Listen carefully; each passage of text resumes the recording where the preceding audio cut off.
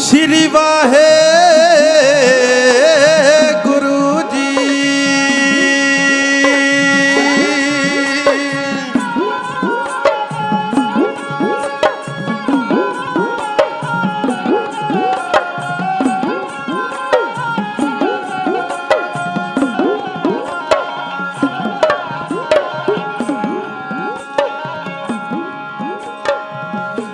नी मानिया के मान गुरु,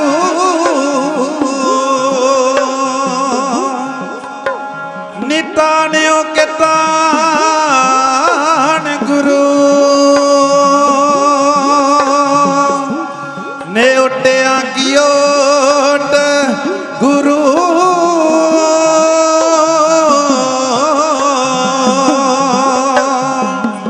ने आसरियों के आसरे गुरु।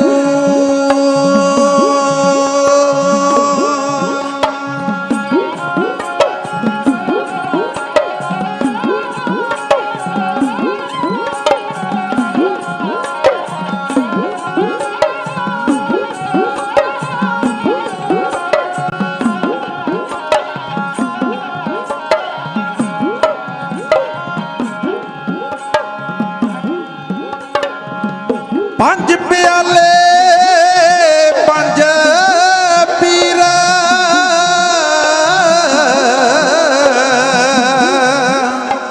छठम पीर बैठा गुरबारी, अर्जन काया पलट के मूरत हर को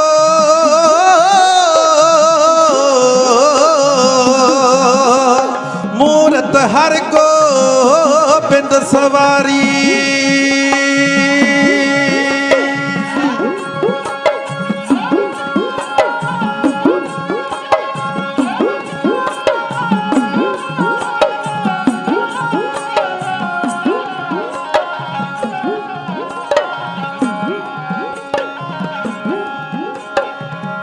चली पीड़ी सोडियां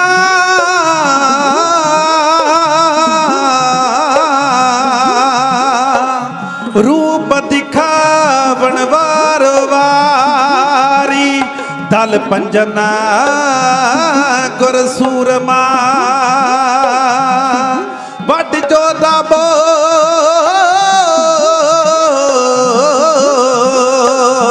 वड जोधा बो पर उपकारी।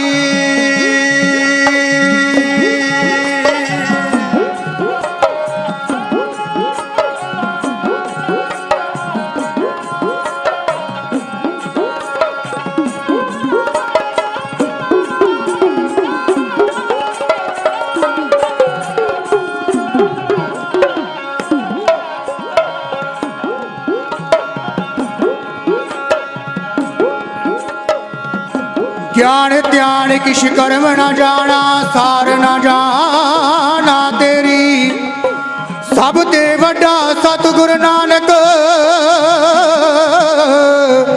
जिन कल राखी मेरी।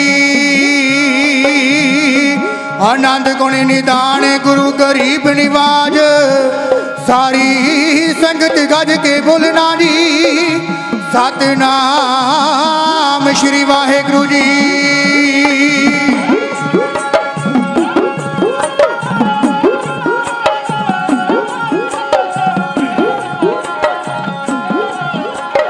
दीनन की पद पार करे न समझे उबार, गणी वनगारे पांच पशु नग नाग निरात, सर्व समय सबको पद पार।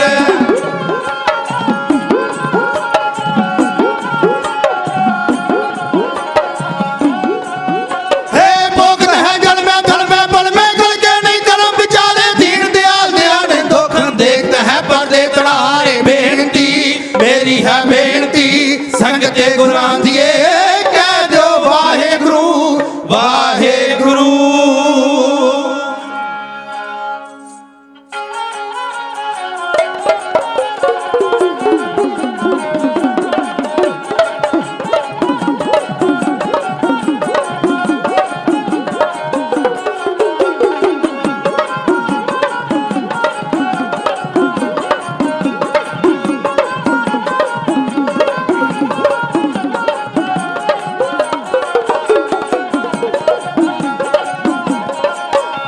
ਬੈਠਾ ਤਖਤ ਉੱਤੇ ਦਰਪੰਜਨ ਸਤਿਗੁਰ ਸੂਰਮਾ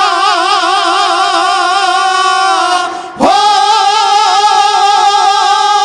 ਮਾਰਨ ਵਾਰੀਆਂ ਤਾਰਨ ਤਾਰੀਆਂ ਮੈਂ ਬਲਹਾਰੀਆਂ ਜੀ ਸਤਿਗੁਰ ਆਪਣੇ।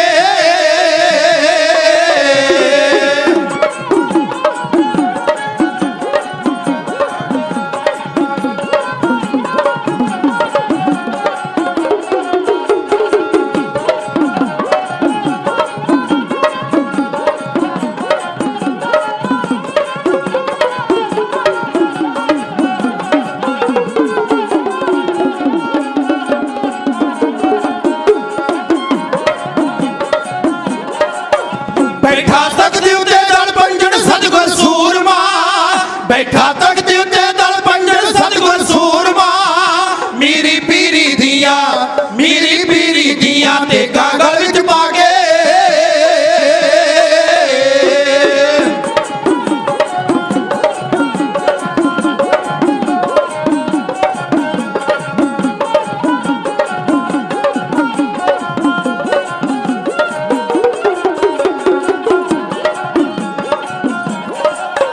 ਮੱਥੇ ਲਾਲੀ ਡਲ ਕੇ ਅੰਮ੍ਰਿਤ ਬਰਸੇ ਨੈਣਾ ਚੋਂ ਮੱਥੇ ਲਾਲੀ ਡਲ ਕੇ ਅੰਮ੍ਰਿਤ ਬਰਸੇ ਨੈਣਾ ਚੋਂ ਪੇਟਾ ਚਾੜਨ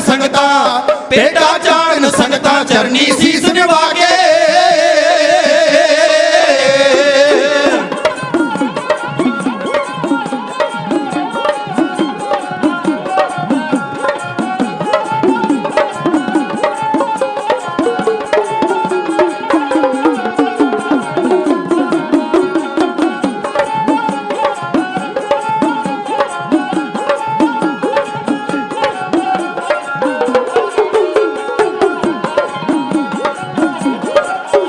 ਚੱਲੀ ਜਾਂਦੀ ਨਹੀਂ ਉਹ ਤਾਬ ਨਰਾਲੀ ਮੁਖੜੇ ਦੀ ਚੱਲੀ ਜਾਂਦੀ ਨਹੀਂ ਉਹ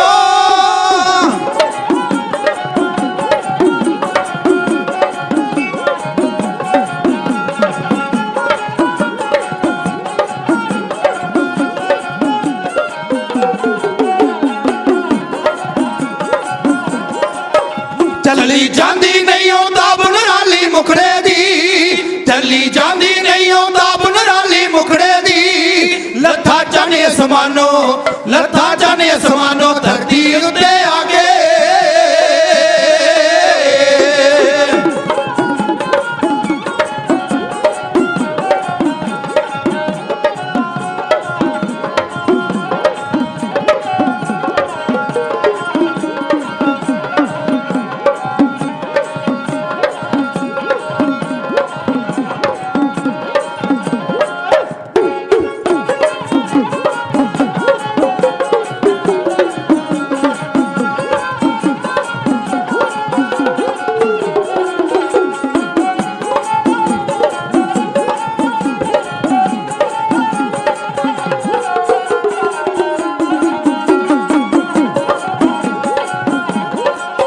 ਰੱਤੇ ਨਾਮ ਦੇ ਵਿੱਚ ਗੁਰਸਿੱਖ ਮਾਲਾ ਫੇਰਦੇ ਰੱਤੇ ਨਾਮ ਦੇ ਵਿੱਚ ਗੁਰਸਿੱਖ ਮਾਲਾ ਫੇਰਦੇ ਬੈਠੇ ਵਿੱਚ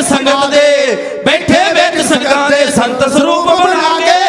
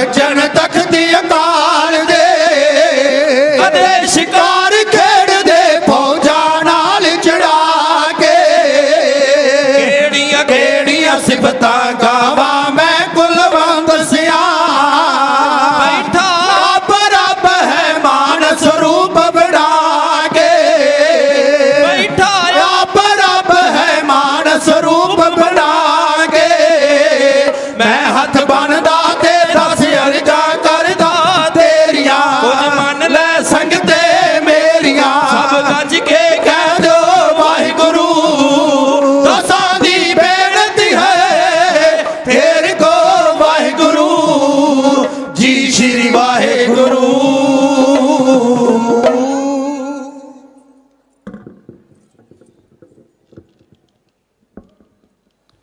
ਵਾਹਿਗੁਰੂ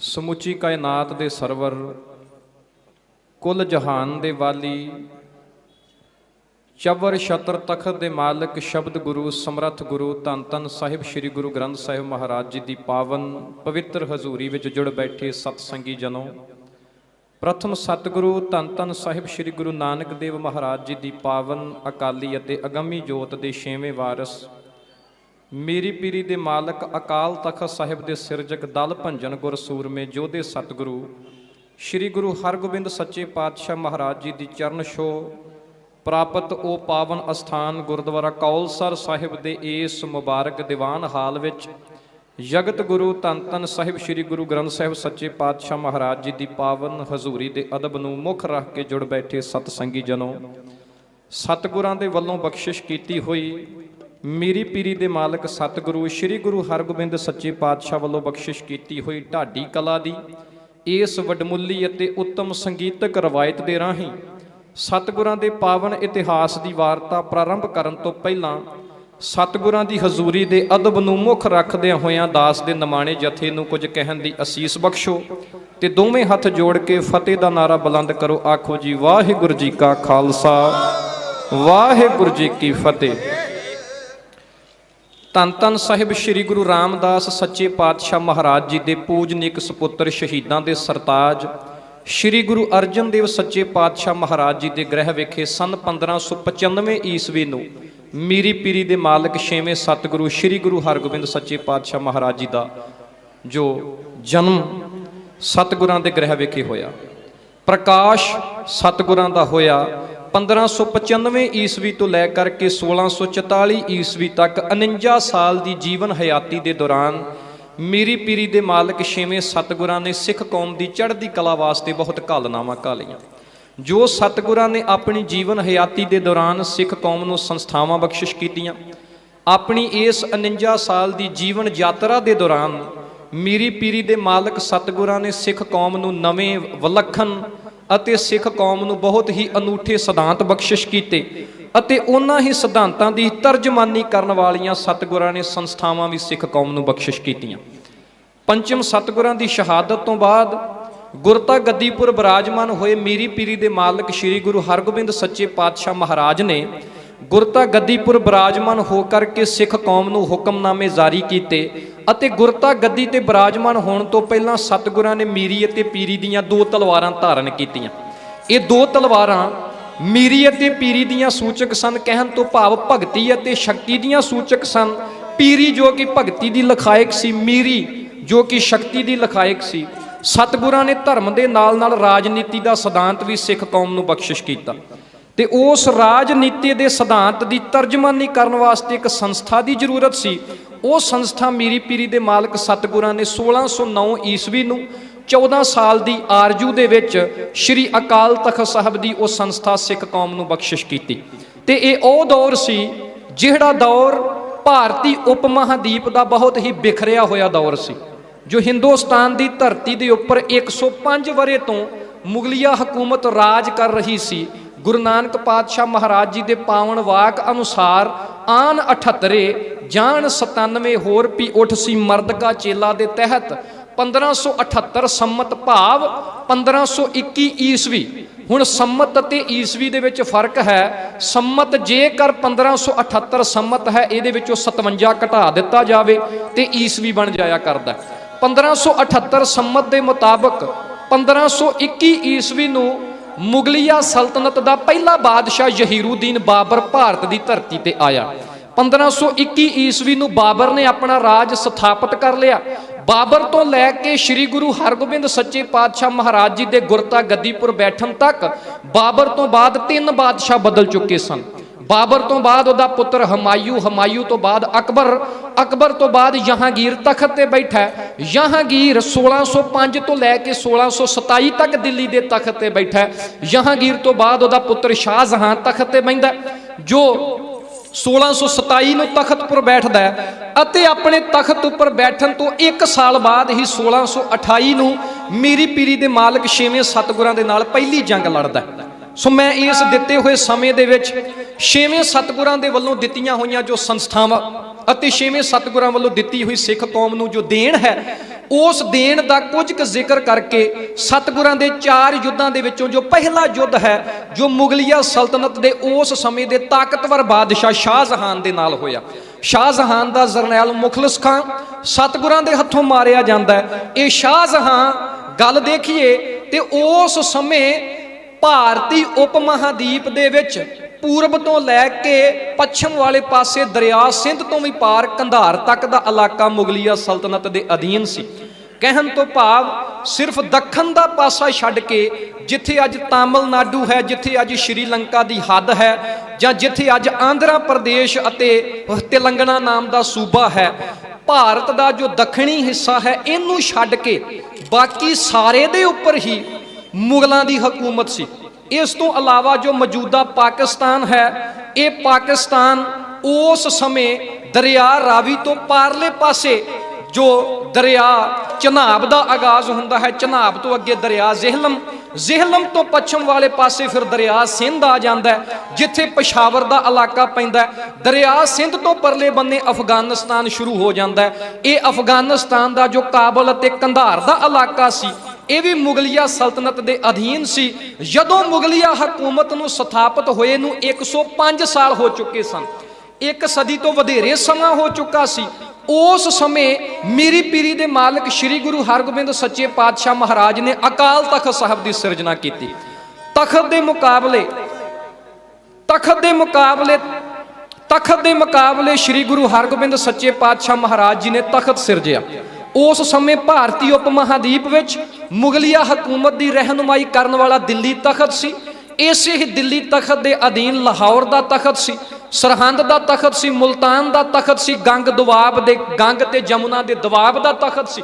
ਇਸ ਤੋਂ ਇਲਾਵਾ ਕਸ਼ਮੀਰ ਦੇ ਸੂਬੇ ਵੀ ਮੁਗਲਿਆ ਪਰਚਮ ਦੇ ਵੱਲ ਸਿਰ ਝੁਕਾਈ ਖੜੇ ਸਨ। ਇੱਥੋਂ ਤੱਕ ਹੀ ਨਹੀਂ, ਮੁਗਲਿਆ ਹਕੂਮਤ ਭਾਰਤ ਤੋਂ ਬਾਹਰ ਦੇਖੀਏ ਤੇ ਸਾਧ ਸੰਗਤ ਜੀ ਇਹ ਗੱਲ ਤੁਹਾਨੂੰ ਅਜੀਬ ਵੀ ਲੱਗੇਗੀ, ਉਸ ਸਮੇਂ ਅੱਧੀ ਦੁਨੀਆ ਦੇ ਉੱਪਰ ਮੁਸਲਮਾਨਾਂ ਦਾ ਰਾਜ ਸੀ। ਜਦੋਂ ਸ੍ਰੀ ਗੁਰੂ ਹਰਗੋਬਿੰਦ ਪਾਤਸ਼ਾਹ ਮਹਾਰਾਜ ਨੇ ਅਕਾਲ ਤਖਤ ਸਾਹਿਬ ਦੀ ਸਿਰਜਣਾ ਕੀਤੀ, ਉਦੋਂ ਕਿਸੇ ਨੂੰ 3 ਫੁੱਟ ਤੋਂ ਉੱਚਾ ਤਖਤ ਸਜਾਉਣ ਦੀ, ਤਖਤ ਕਾਇਮ ਕਰਨ ਦੀ ਕਿਸੇ ਨੂੰ ਆਗਿਆ ਨਹੀਂ ਸੀ। ਅੱਧੀ ਦੁਨੀਆ ਤੇ ਮੁਸਲਮਾਨਾਂ ਦਾ ਰਾਜ ਸੀ। ਭਾਰਤ ਮੁਗਲਿਆ ਪਰਚਮ ਦੇ ਨਾਲ ਢਕਿਆ ਪਿਆ ਸੀ। ਦਰਿਆ ਸਿੰਧ ਤੋਂ ਪਰਲੇ ਬੰਨੇ ਅਫਗਾਨਿਸਤਾਨ ਸ਼ੁਰੂ ਹੋ ਜਾਂਦਾ। ਅੱਜ ਦਾ ਤੁਸੀਂ ਨਕਸ਼ਾ ਦੇਖ ਲਓ, ਅਫਗਾਨਿਸਤਾਨ ਤੋਂ ਉੱਪਰਲੇ ਪਾਸੇ ਇਰਾਕ ਹੈ ਤੇ ਅਫਗਾਨਿਸਤਾਨ ਤੋਂ ਪੱਛਮ ਵਾਲੇ ਪਾਸੇ ਜਿਹੜੀ ਪਾਕਿਸਤਾਨ ਨੂੰ ਹੱਦ ਲੱਗਦੀ ਆ, ਉੱਥੇ ਈਰਾਨ ਹੈ। ਜਿਹੜਾ ਖਾਲਸਾ ਰਾਜ ਸੀ, ਖਾਲਸਾ ਰਾਜ ਦੇ ਵਿੱਚ ਸਿਰਫ ਸਿੰਧ ਦਾ ਇਲਾਕਾ ਨਹੀਂ ਸੀ ਤੇ ਬਲੋਚਿਸਤਾਨ ਦਾ ਇਲਾਕਾ ਨਹੀਂ ਸੀ, ਬਾਕੀ ਸਾਰਾ ਇਲਾਕਾ ਪਾਕਿਸਤਾਨ ਦਾ ਸੀ। ਇੱਕ ਵੱਖਰਾ ਵਿਸ਼ਾ। ਅੱਜ ਦੇ ਨਕਸ਼ੇ ਦੇ ਹਿਸਾਬ ਨਾਲ ਦੇਖੋ ਤੇ ਈਰਾਨ, ਇਰਾਕ, ਈਰਾਨ ਤੋਂ ਪਰਲੇ ਬੰਨੇ ਟਰਕੀ ਦਾ ਇਲਾਕਾ ਆ ਜਾਂਦਾ ਹੈ। ਇਹ ਟਰਕੀ ਜੋ ਅੱਧਾ ਯੂਰਪ ਵਿੱਚ ਹੈ, ਥੱਲੜੇ ਪਾਸੇ ਅਰਬ ਦਾ ਇਲਾਕਾ ਸ਼ੁਰੂ ਹੋ ਜਾਂਦਾ ਹੈ। ਅਰਬ ਤੋਂ ਨਾਲ ਹੀ ਜੋ ਅਫਰੀਕਾ ਕੰਟੀਨੈਂਟ ਸ਼ੁਰੂ ਹੋ ਜਾਂਦਾ ਹੈ। ਉਸ ਸਮੇਂ ਪੂਰੇ ਅਰਬ ਵਿੱਚ, ਪੂਰੇ ਈਰਾਨ ਉੱਤੇ, ਇਰਾਕ ਤੇ ਉਦੋਂ ਦੇਸ਼ ਹੀ ਨਹੀਂ ਸੀ ਇਹ, ਇਰਾਕ ਤੇ ਈਰਾਨ ਉਦੋਂ ਉਸਮਾਨੀਆ ਸਲਤਨਤ ਦੇ ਅਧੀਨ ਸਨ। ਇਹ ਉਸਮਾਨੀਆ ਸਲਤਨਤ ਉਸ ਸਮੇਂ ਉਸਮਾਨੀਆ ਤਖਤ ਦੇ ਉੱਪਰ ਸੁਲਤਾਨ ਮੁਰਾਦ ਜੋ ਮੁਸਲਮਾਨਾਂ ਦਾ ਖਲੀਫਾ ਸੀ, ਉਹ ਬੈਠਾ ਸੀ। ਕਹਿਣ ਤੋਂ ਭਾਵ ਅੱਧਾ ਯੂਰਪ, ਅੱਧਾ ਏਸ਼ੀਆ, ਅੱਧੇ ਤੋਂ ਵੱਧ ਅਫਰੀਕਾ ਅਤੇ ਇਹ 3 ਕੰਟੀਨੈਂਟ ਦੇ ਉੱਪਰ ਉਸਮਾਨੀਆ ਸਲਤਨਤ ਦੀ ਹਕੂਮਤ ਸੀ। ਇਸ ਤੋਂ ਇਲਾਵਾ ਏਸ਼ੀਆ ਦਾ ਜੋ ਭਾਰਤ ਦਾ ਹਿੱਸਾ ਹੈ, ਇਹਦੇ ਉੱਪਰ ਮੁਗਲਾਂ ਦੀ ਹਕੂਮਤ ਸੀ। ਸ਼ਾਹਜਹਾਂ ਮੁਗਲਿਆ ਸਲਤਨਤ ਦੇ ਬਾਦਸ਼ਾਹੀ ਦੇ ਇਸ ਤਖਤ ਉੱਪਰ ਬੈਠਾ ਸੀ। 6ਵੇਂ ਸਤਿਗੁਰਾਂ ਨੇ ਪੰਚਮ ਸਤਿਗੁਰਾਂ ਦੀ ਸ਼ਹਾਦਤ ਦੇ ਦੌਰਾਨ ਗੁਰਤਾ ਗੱਦੀ ਪਰ ਬਿਰਾਜਮਾਨ ਹੋ ਕਰਕੇ ਸਿੱਖ ਸੰਗਤ ਨੂੰ ਹੁਕਮਨਾਮੇ ਜਾਰੀ ਕੀਤੇ। ਉਹਨਾਂ ਹੁਕਮਨਾਮਿਆਂ ਉੱਪਰ ਲਿਖਿਆ ਕਿ ਤੁਸੀਂ ਪੰਜਵੇਂ ਸਤਿਗੁਰਾਂ ਦੇ ਸਮੇਂ ਗੁਰੂ ਦਰਬਾਰ ਦੇ ਵਿੱਚ ਭੇਟਾਵਾਂ, ਚੰਗੇ ਚੰਗੇ ਬਸਤਰ ਤੇ ਦਸ਼ਾਲੇ ਲੈ ਕੇ ਆਉਂਦੇ ਸੀ। ਅੱਜ ਸਮੇਂ ਦੀ ਜ਼ਰੂਰਤ ਹੈ ਚੰਗੇ ਚੰਗੇ ਘੋੜੇ, ਚੰਗੇ ਚੰਗੇ ਸ਼ਸਤਰ, ਸੁੰਦਰ ਜਵਾਨੀਆਂ ਲੇਖੇ ਵਿੱਚ ਲਾਉਣ ਵਾਸਤੇ ਆਵੋ। ਸਤਿਗੁਰਾਂ ਦਾ ਹੁਕਮ ਜੀ ਜਨ ਤੋਂ ਮੰਨ ਕੇ ਸਿੱਖ ਨੌਜਵਾਨ ਵਹੀਰਾਂ ਘੱਤ ਕੇ ਸ਼੍ਰੀ ਅਕਾਲ ਤਖਤ ਸਾਹਿਬ ਵੱਲ ਨੂੰ ਰਵਾਨਾ ਹੋਏ। ਮਾਫ ਕਰਨਾ, ਸ਼੍ਰੀ ਅੰਮ੍ਰਿਤਸਰ ਸਾਹਿਬ ਵੱਲ ਨੂੰ ਰਵਾਨਾ ਹੋਏ। 1606 ਨੂੰ ਸਤਿਗੁਰ ਜੀ ਗੁਰਤਾ ਗੱਦੀ ਤੇ ਬੈਠੇ। ਗੁਰਤਾ ਗੱਦੀ ਪਰ ਬਿਰਾਜਮਾਨ ਹੋਣ ਤੋਂ 3 ਸਾਲ ਬਾਅਦ ਸ਼੍ਰੀ ਅਕਾਲ ਤਖਤ ਸਾਹਿਬ ਦੀ ਸਿਰਜਣਾ ਕਰ ਦਿੱਤੀ। ਅਕਾਲ ਤਖਤ ਸਾਹਿਬ ਦੀ ਸਿਰਜਣਾ ਤੋਂ ਪਹਿਲਾਂ ਮੁਗਲਿਆ ਸਲਤਨਤ ਦੇ ਉਸ ਸਮੇਂ ਦੇ ਬਾਦਸ਼ਾਹ ਜਹਾਂਗੀਰ ਨੇ, ਜਦੋਂ ਸਤਿਗੁਰ ਜੀ ਗੁਰਤਾ ਗੱਦੀ ਤੇ ਸਨ, ਜਹਾਂਗੀਰ ਉਦੋਂ ਤਖਤ ਤੇ ਸੀ। 1627 ਨੂੰ ਜਹਾਂਗੀਰ ਮਾਰਿਆ ਜਾਂਦਾ ਹੈ। ਉਹਦਾ ਪੁੱਤਰ ਸ਼ਾਹਜਹਾਂ ਬਹਿੰਦਾ ਹੈ। ਸ਼ਾਹਜਹਾਨ ਹੀ 6ਵੇਂ ਸਤਿਗੁਰਾਂ ਦੇ ਨਾਲ 4 ਯੁੱਧ ਲੜਦਾ ਹੈ ਆਪਣੇ ਜਰਨੈਲਾਂ ਨੂੰ ਭੇਜ ਕੇ। ਜਹਾਂਗੀਰ ਨੇ ਐਲਾਨ ਕੀਤਾ, ਕਹਿੰਦਾ ਕੋਈ ਵੀ ਗੈਰ ਮੁਸਲਮਾਨ ਘੋੜੇ ਦੀ ਸਵਾਰੀ ਨਹੀਂ ਕਰ ਸਕਦਾ, ਕੋਈ ਵੀ ਗੈਰ ਮੁਸਲਮਾਨ 3 ਫੁੱਟ ਤੋਂ ਉੱਚਾ ਤਖਤ ਨਹੀਂ ਉਸਾਰ ਸਕਦਾ, ਗੈਰ ਮੁਸਲਮਾਨ ਸਿਰ ਤੇ ਪੱਗ ਨਹੀਂ ਬੰਨ੍ਹ ਸਕਦਾ, ਗੈਰ ਮੁਸਲਮਾਨ ਸ਼ਿਕਾਰ ਨਹੀਂ ਖੇਡ ਸਕਦਾ। 6ਵੇਂ ਸਤਿਗੁਰਾਂ ਨੇ ਫਰਮਾਇਆ, ਗੁਰੂ ਤੇ ਸਿੱਖ, ਗੁਰੂ ਮਹਾਰਾਜ ਦੇ ਸਿੱਖ ਸ਼ਿਕਾਰ ਖੇਡਣਗੇ ਤੇ ਸ਼ਿਕਾਰ ਖੇਡਣ ਤੋਂ ਪਹਿਲਾਂ ਨਗਾਰਾ ਵਜਾਉਣਗੇ। ਇਹ ਸ਼ਿਕਾਰ ਖੇਡਣਾ ਕੋਈ ਸ਼ਿਕਾਰ ਕਰਕੇ ਮਾਸ ਖਾਣ ਦੀ ਲਲਕ ਨਹੀਂ ਸੀ। ਉਸ ਸਮੇਂ ਸ਼ਿਕਾਰ ਖੇਡਣਾ ਰਾਜਿਆਂ ਮਹਾਰਾਜਿਆਂ ਦਾ ਸ਼ੌਂਕ ਹੋਇਆ ਕਰਦਾ ਸੀ।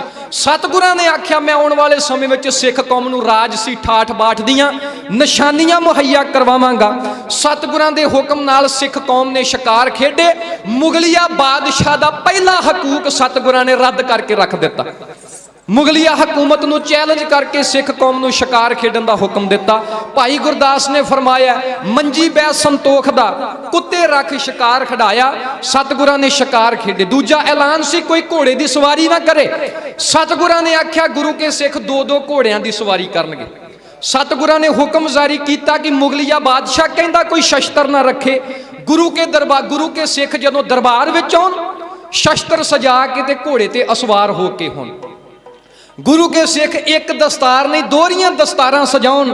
ਅੰਤਮ ਐਲਾਨ ਸੀ ਕਿ ਕੋਈ 3 ਫੁੱਟ ਤੋਂ ਉੱਚਾ ਤਖਤ ਨਹੀਂ ਸਜਾ ਸਕਦਾ। ਸਤਿਗੁਰਾਂ ਨੇ 1609 ਈਸਵੀ ਦੇ ਆਰੰਭ ਵਿੱਚ ਐਲਾਨ ਕਰ ਦਿੱਤਾ ਕਿ ਮੁਗਲਿਆ ਹਕੂਮਤ ਦੀ ਅੱਖ ਵਿੱਚ ਅੱਖ ਪਾ ਕੇ ਦਿੱਲੀ ਦੇ ਤਖਤ ਤੋਂ 7 ਫੁੱਟ ਉੱਚਾ ਤੇ ਧਰਤੀ ਤੋਂ 12 ਫੁੱਟ ਉੱਚਾ ਅਕਾਲ ਦਾ ਤਖਤ ਸ਼੍ਰੀ ਅੰਮ੍ਰਿਤਸਰ ਸਾਹਿਬ ਦੀ ਧਰਤੀ ਤੇ ਸਥਾਪਿਤ ਕੀਤਾ ਜਾਵੇਗਾ।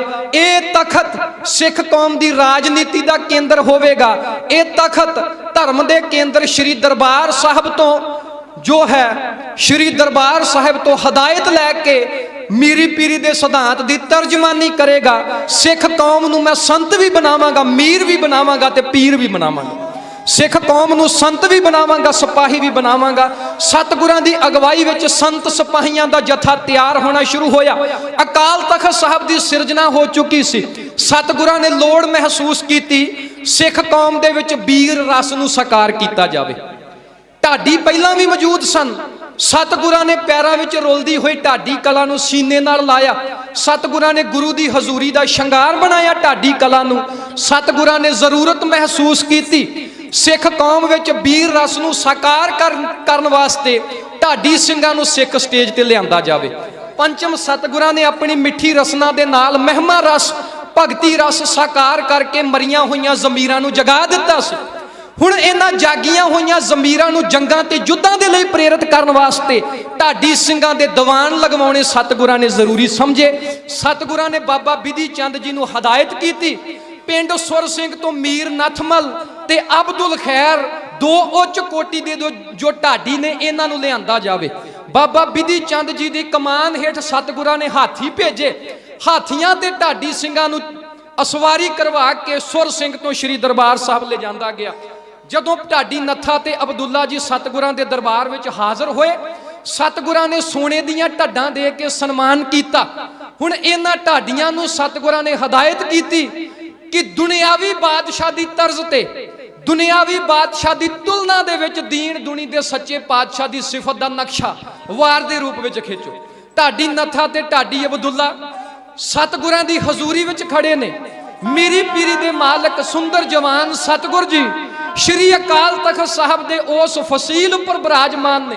ਸਤਿਗੁਰਾਂ ਦੇ ਸੀਸ ਉੱਪਰ ਛਤਰ ਝੁੱਲ ਰਿਹਾ ਹੈ। ਸਤਿਗੁਰਾਂ ਦੇ ਏਲਚੀ ਸਿੱਖ ਚੌਰ ਦੀ ਸੇਵਾ ਕਰ ਰਹੇ ਨੇ। ਸਤਿਗੁਰਾਂ ਦੇ ਟਹਿਲੀਏ ਉਹਨਾਂ ਦੇ ਦਰਬਾਨ ਉਹਨਾਂ ਦੇ ਆਲੇ ਦੁਆਲੇ ਖੜੇ ਨੇ। ਇਹ ਸਾਰਾ ਨਜ਼ਾਰਾ ਦੇਖ ਕੇ ਢਾਡੀ ਨੱਥੇ ਤੇ ਢਾਡੀ ਅਬਦੁੱਲੇ ਨੇ ਸਤਿਗੁਰਾਂ ਦੇ ਚਰਨਾਂ ਵਿੱਚ ਸੀਸ ਝੁਕਾਇਆ। ਆਪਣੇ ਮਨ ਹੀ ਮਨ ਸਤਿਗੁਰਾਂ ਦੀ ਸਿਫਤ ਲਿਖ ਛੱਡੀ। ਉਸ ਸਿਫਤ ਨੂੰ ਢਾਡੀ ਨੱਥੇ ਤੇ ਢਾਡੀ ਅਬਦੁੱਲੇ ਨੇ ਸਤਿਗੁਰਾਂ ਦੀ ਉਸ ਸ਼ਾਨ ਨੂੰ ਰਸਾਲੂ ਦੀ ਤਰਜ਼ ਤੇ ਗਾਇਆ। ਉਸੇ ਹੀ ਤਰਜ਼ ਤੇ ਸਤਿਗੁਰਾਂ ਦੀ ਉਸ ਸ਼ਾਨ ਦਾ ਪਹਿਲੂ ਢਾਡੀ ਜਥਾ ਤੁਹਾਡੇ ਸਾਹਮਣੇ ਇਉਂ ਬਿਨੇ ਕਰ ਰਿਹਾ।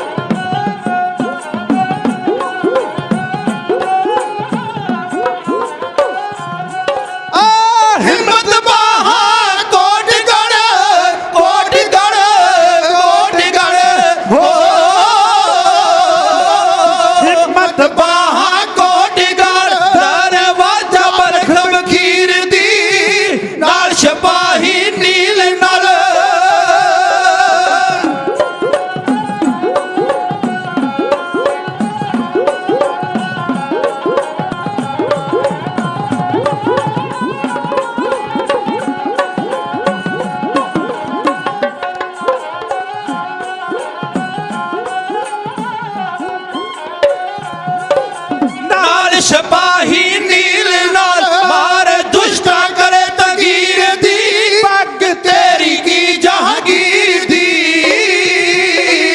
ਹੋ। ਢਾਡੀ ਨੱਥਾ ਤੇ ਢਾਡੀ ਅਬਦੁੱਲਾ ਨੇ ਸਤਿਗੁਰਾਂ ਦੀ ਸਿਫਤ ਦੇ ਮੁਕਾਬਲੇ ਤੇ ਦੁਨਿਆਵੀ ਬਾਦਸ਼ਾਹ ਨੂੰ ਤੁਸ਼ ਦੱਸਿਆ। ਉਹਨਾਂ ਨੇ ਆਖਿਆ ਸਤਿਗੁਰ ਜੀ ਸਿਰ ਦੀ ਪੱਗ ਤਾਂ ਆਪ ਜੀ ਦੀ ਹੈ, ਦੁਨਿਆਵੀ ਬਾਦਸ਼ਾਹ ਜਹਾਂਗੀਰ ਦੇ ਸਿਰ ਦੀ ਪੱਗ ਦੀ ਤੁਲਨਾ ਤੁਹਾਡੇ ਮੁਕਾਬਲੇ ਕੁਝ ਵੀ ਨਹੀਂ। ਢਾਡੀ ਨੱਥਾ ਤੇ ਢਾਡੀ ਅਬਦੁੱਲਾ ਜੀ ਸਿੱਖ ਕੌਮ ਦੇ ਪਹਿਲੇ ਢਾਡੀ ਹੋਏ ਨੇ ਜਿਨ੍ਹਾਂ ਨੇ ਸਤਿਗੁਰਾਂ ਦੀ ਸਿਫਤ ਦੇ ਵਿੱਚ ਰਸਾਲੂ ਦੀ ਤਰਜ਼ ਤੇ ਉਹ ਵਾਰ ਗਾਇਨ ਕੀਤੀ। ਦੋ ਤਲਵਾਰੀ ਬੱਧੀਆਂ, ਇੱਕ ਮੀਰੀ ਦੀ, ਇੱਕ ਪੀਰ ਦੀ, ਇੱਕ ਅਜ਼ਮਤ ਦੀ, ਇੱਕ ਰਾਜ ਦੀ, ਇੱਕ ਰਾਖੀ ਕਰੇ ਵਜ਼ੀਰ ਦੀ, ਹਿੰਮਤ ਬਾਹਾਂ ਕੋਟ ਗੜ ਦਰਵਾਜ਼ਾ ਬਲਖ ਬਖੀਰ ਦੀ, ਨਾਲ ਸਿਪਾਹੀ ਨੀਲ ਨਲ ਮਾਰ ਦੁਸ਼ਟਾਂ ਕਰੇ ਤਗੀਦ ਦੀ, ਪੱਗ ਤੇਰੀ ਕੀ ਜਹਾਂਗੀਰ ਦੀ। ਸਾਧ ਸੰਗਤ ਜੀ, ਛੇਵੇਂ ਸਤਿਗੁਰਾਂ ਨੇ 1609 ਈਸਵੀ ਨੂੰ ਸ਼੍ਰੀ ਅਕਾਲ ਤਖਤ ਸਾਹਿਬ ਦੀ ਸਿਰਜਣਾ ਕੀਤੀ।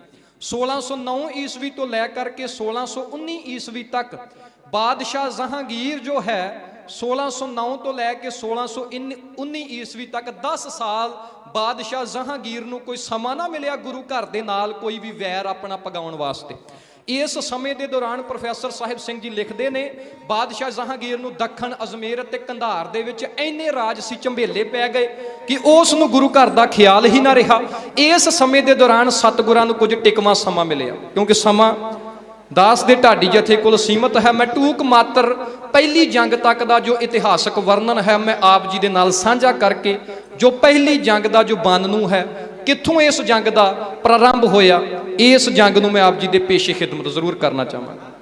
1609 ਤੋਂ ਲੈ ਕੇ 1619 ਈਸਵੀ ਤੱਕ 6ਵੇਂ ਸਤਿਗੁਰਾਂ ਨੇ ਪ੍ਰਚਾਰ ਅਤੇ ਪ੍ਰਸਾਰ ਦਾ ਕੰਮ ਐਨ ਸ੍ਰੀ ਗੁਰੂ ਗ੍ਰੰਥ ਸਾਹਿਬ ਸ੍ਰੀ ਗੁਰੂ ਅਰਜਨ ਦੇਵ ਸੱਚੇ ਪਾਤਸ਼ਾਹ ਮਹਾਰਾਜ ਜੀ ਦੇ ਉਸ ਦਿਸ਼ਾ ਨਿਰਦੇਸ਼ਾਂ ਨੂੰ ਧਿਆਨ ਵਿੱਚ ਰੱਖ ਕੇ ਸਰ ਅੰਜਾਮ ਦਿੱਤਾ।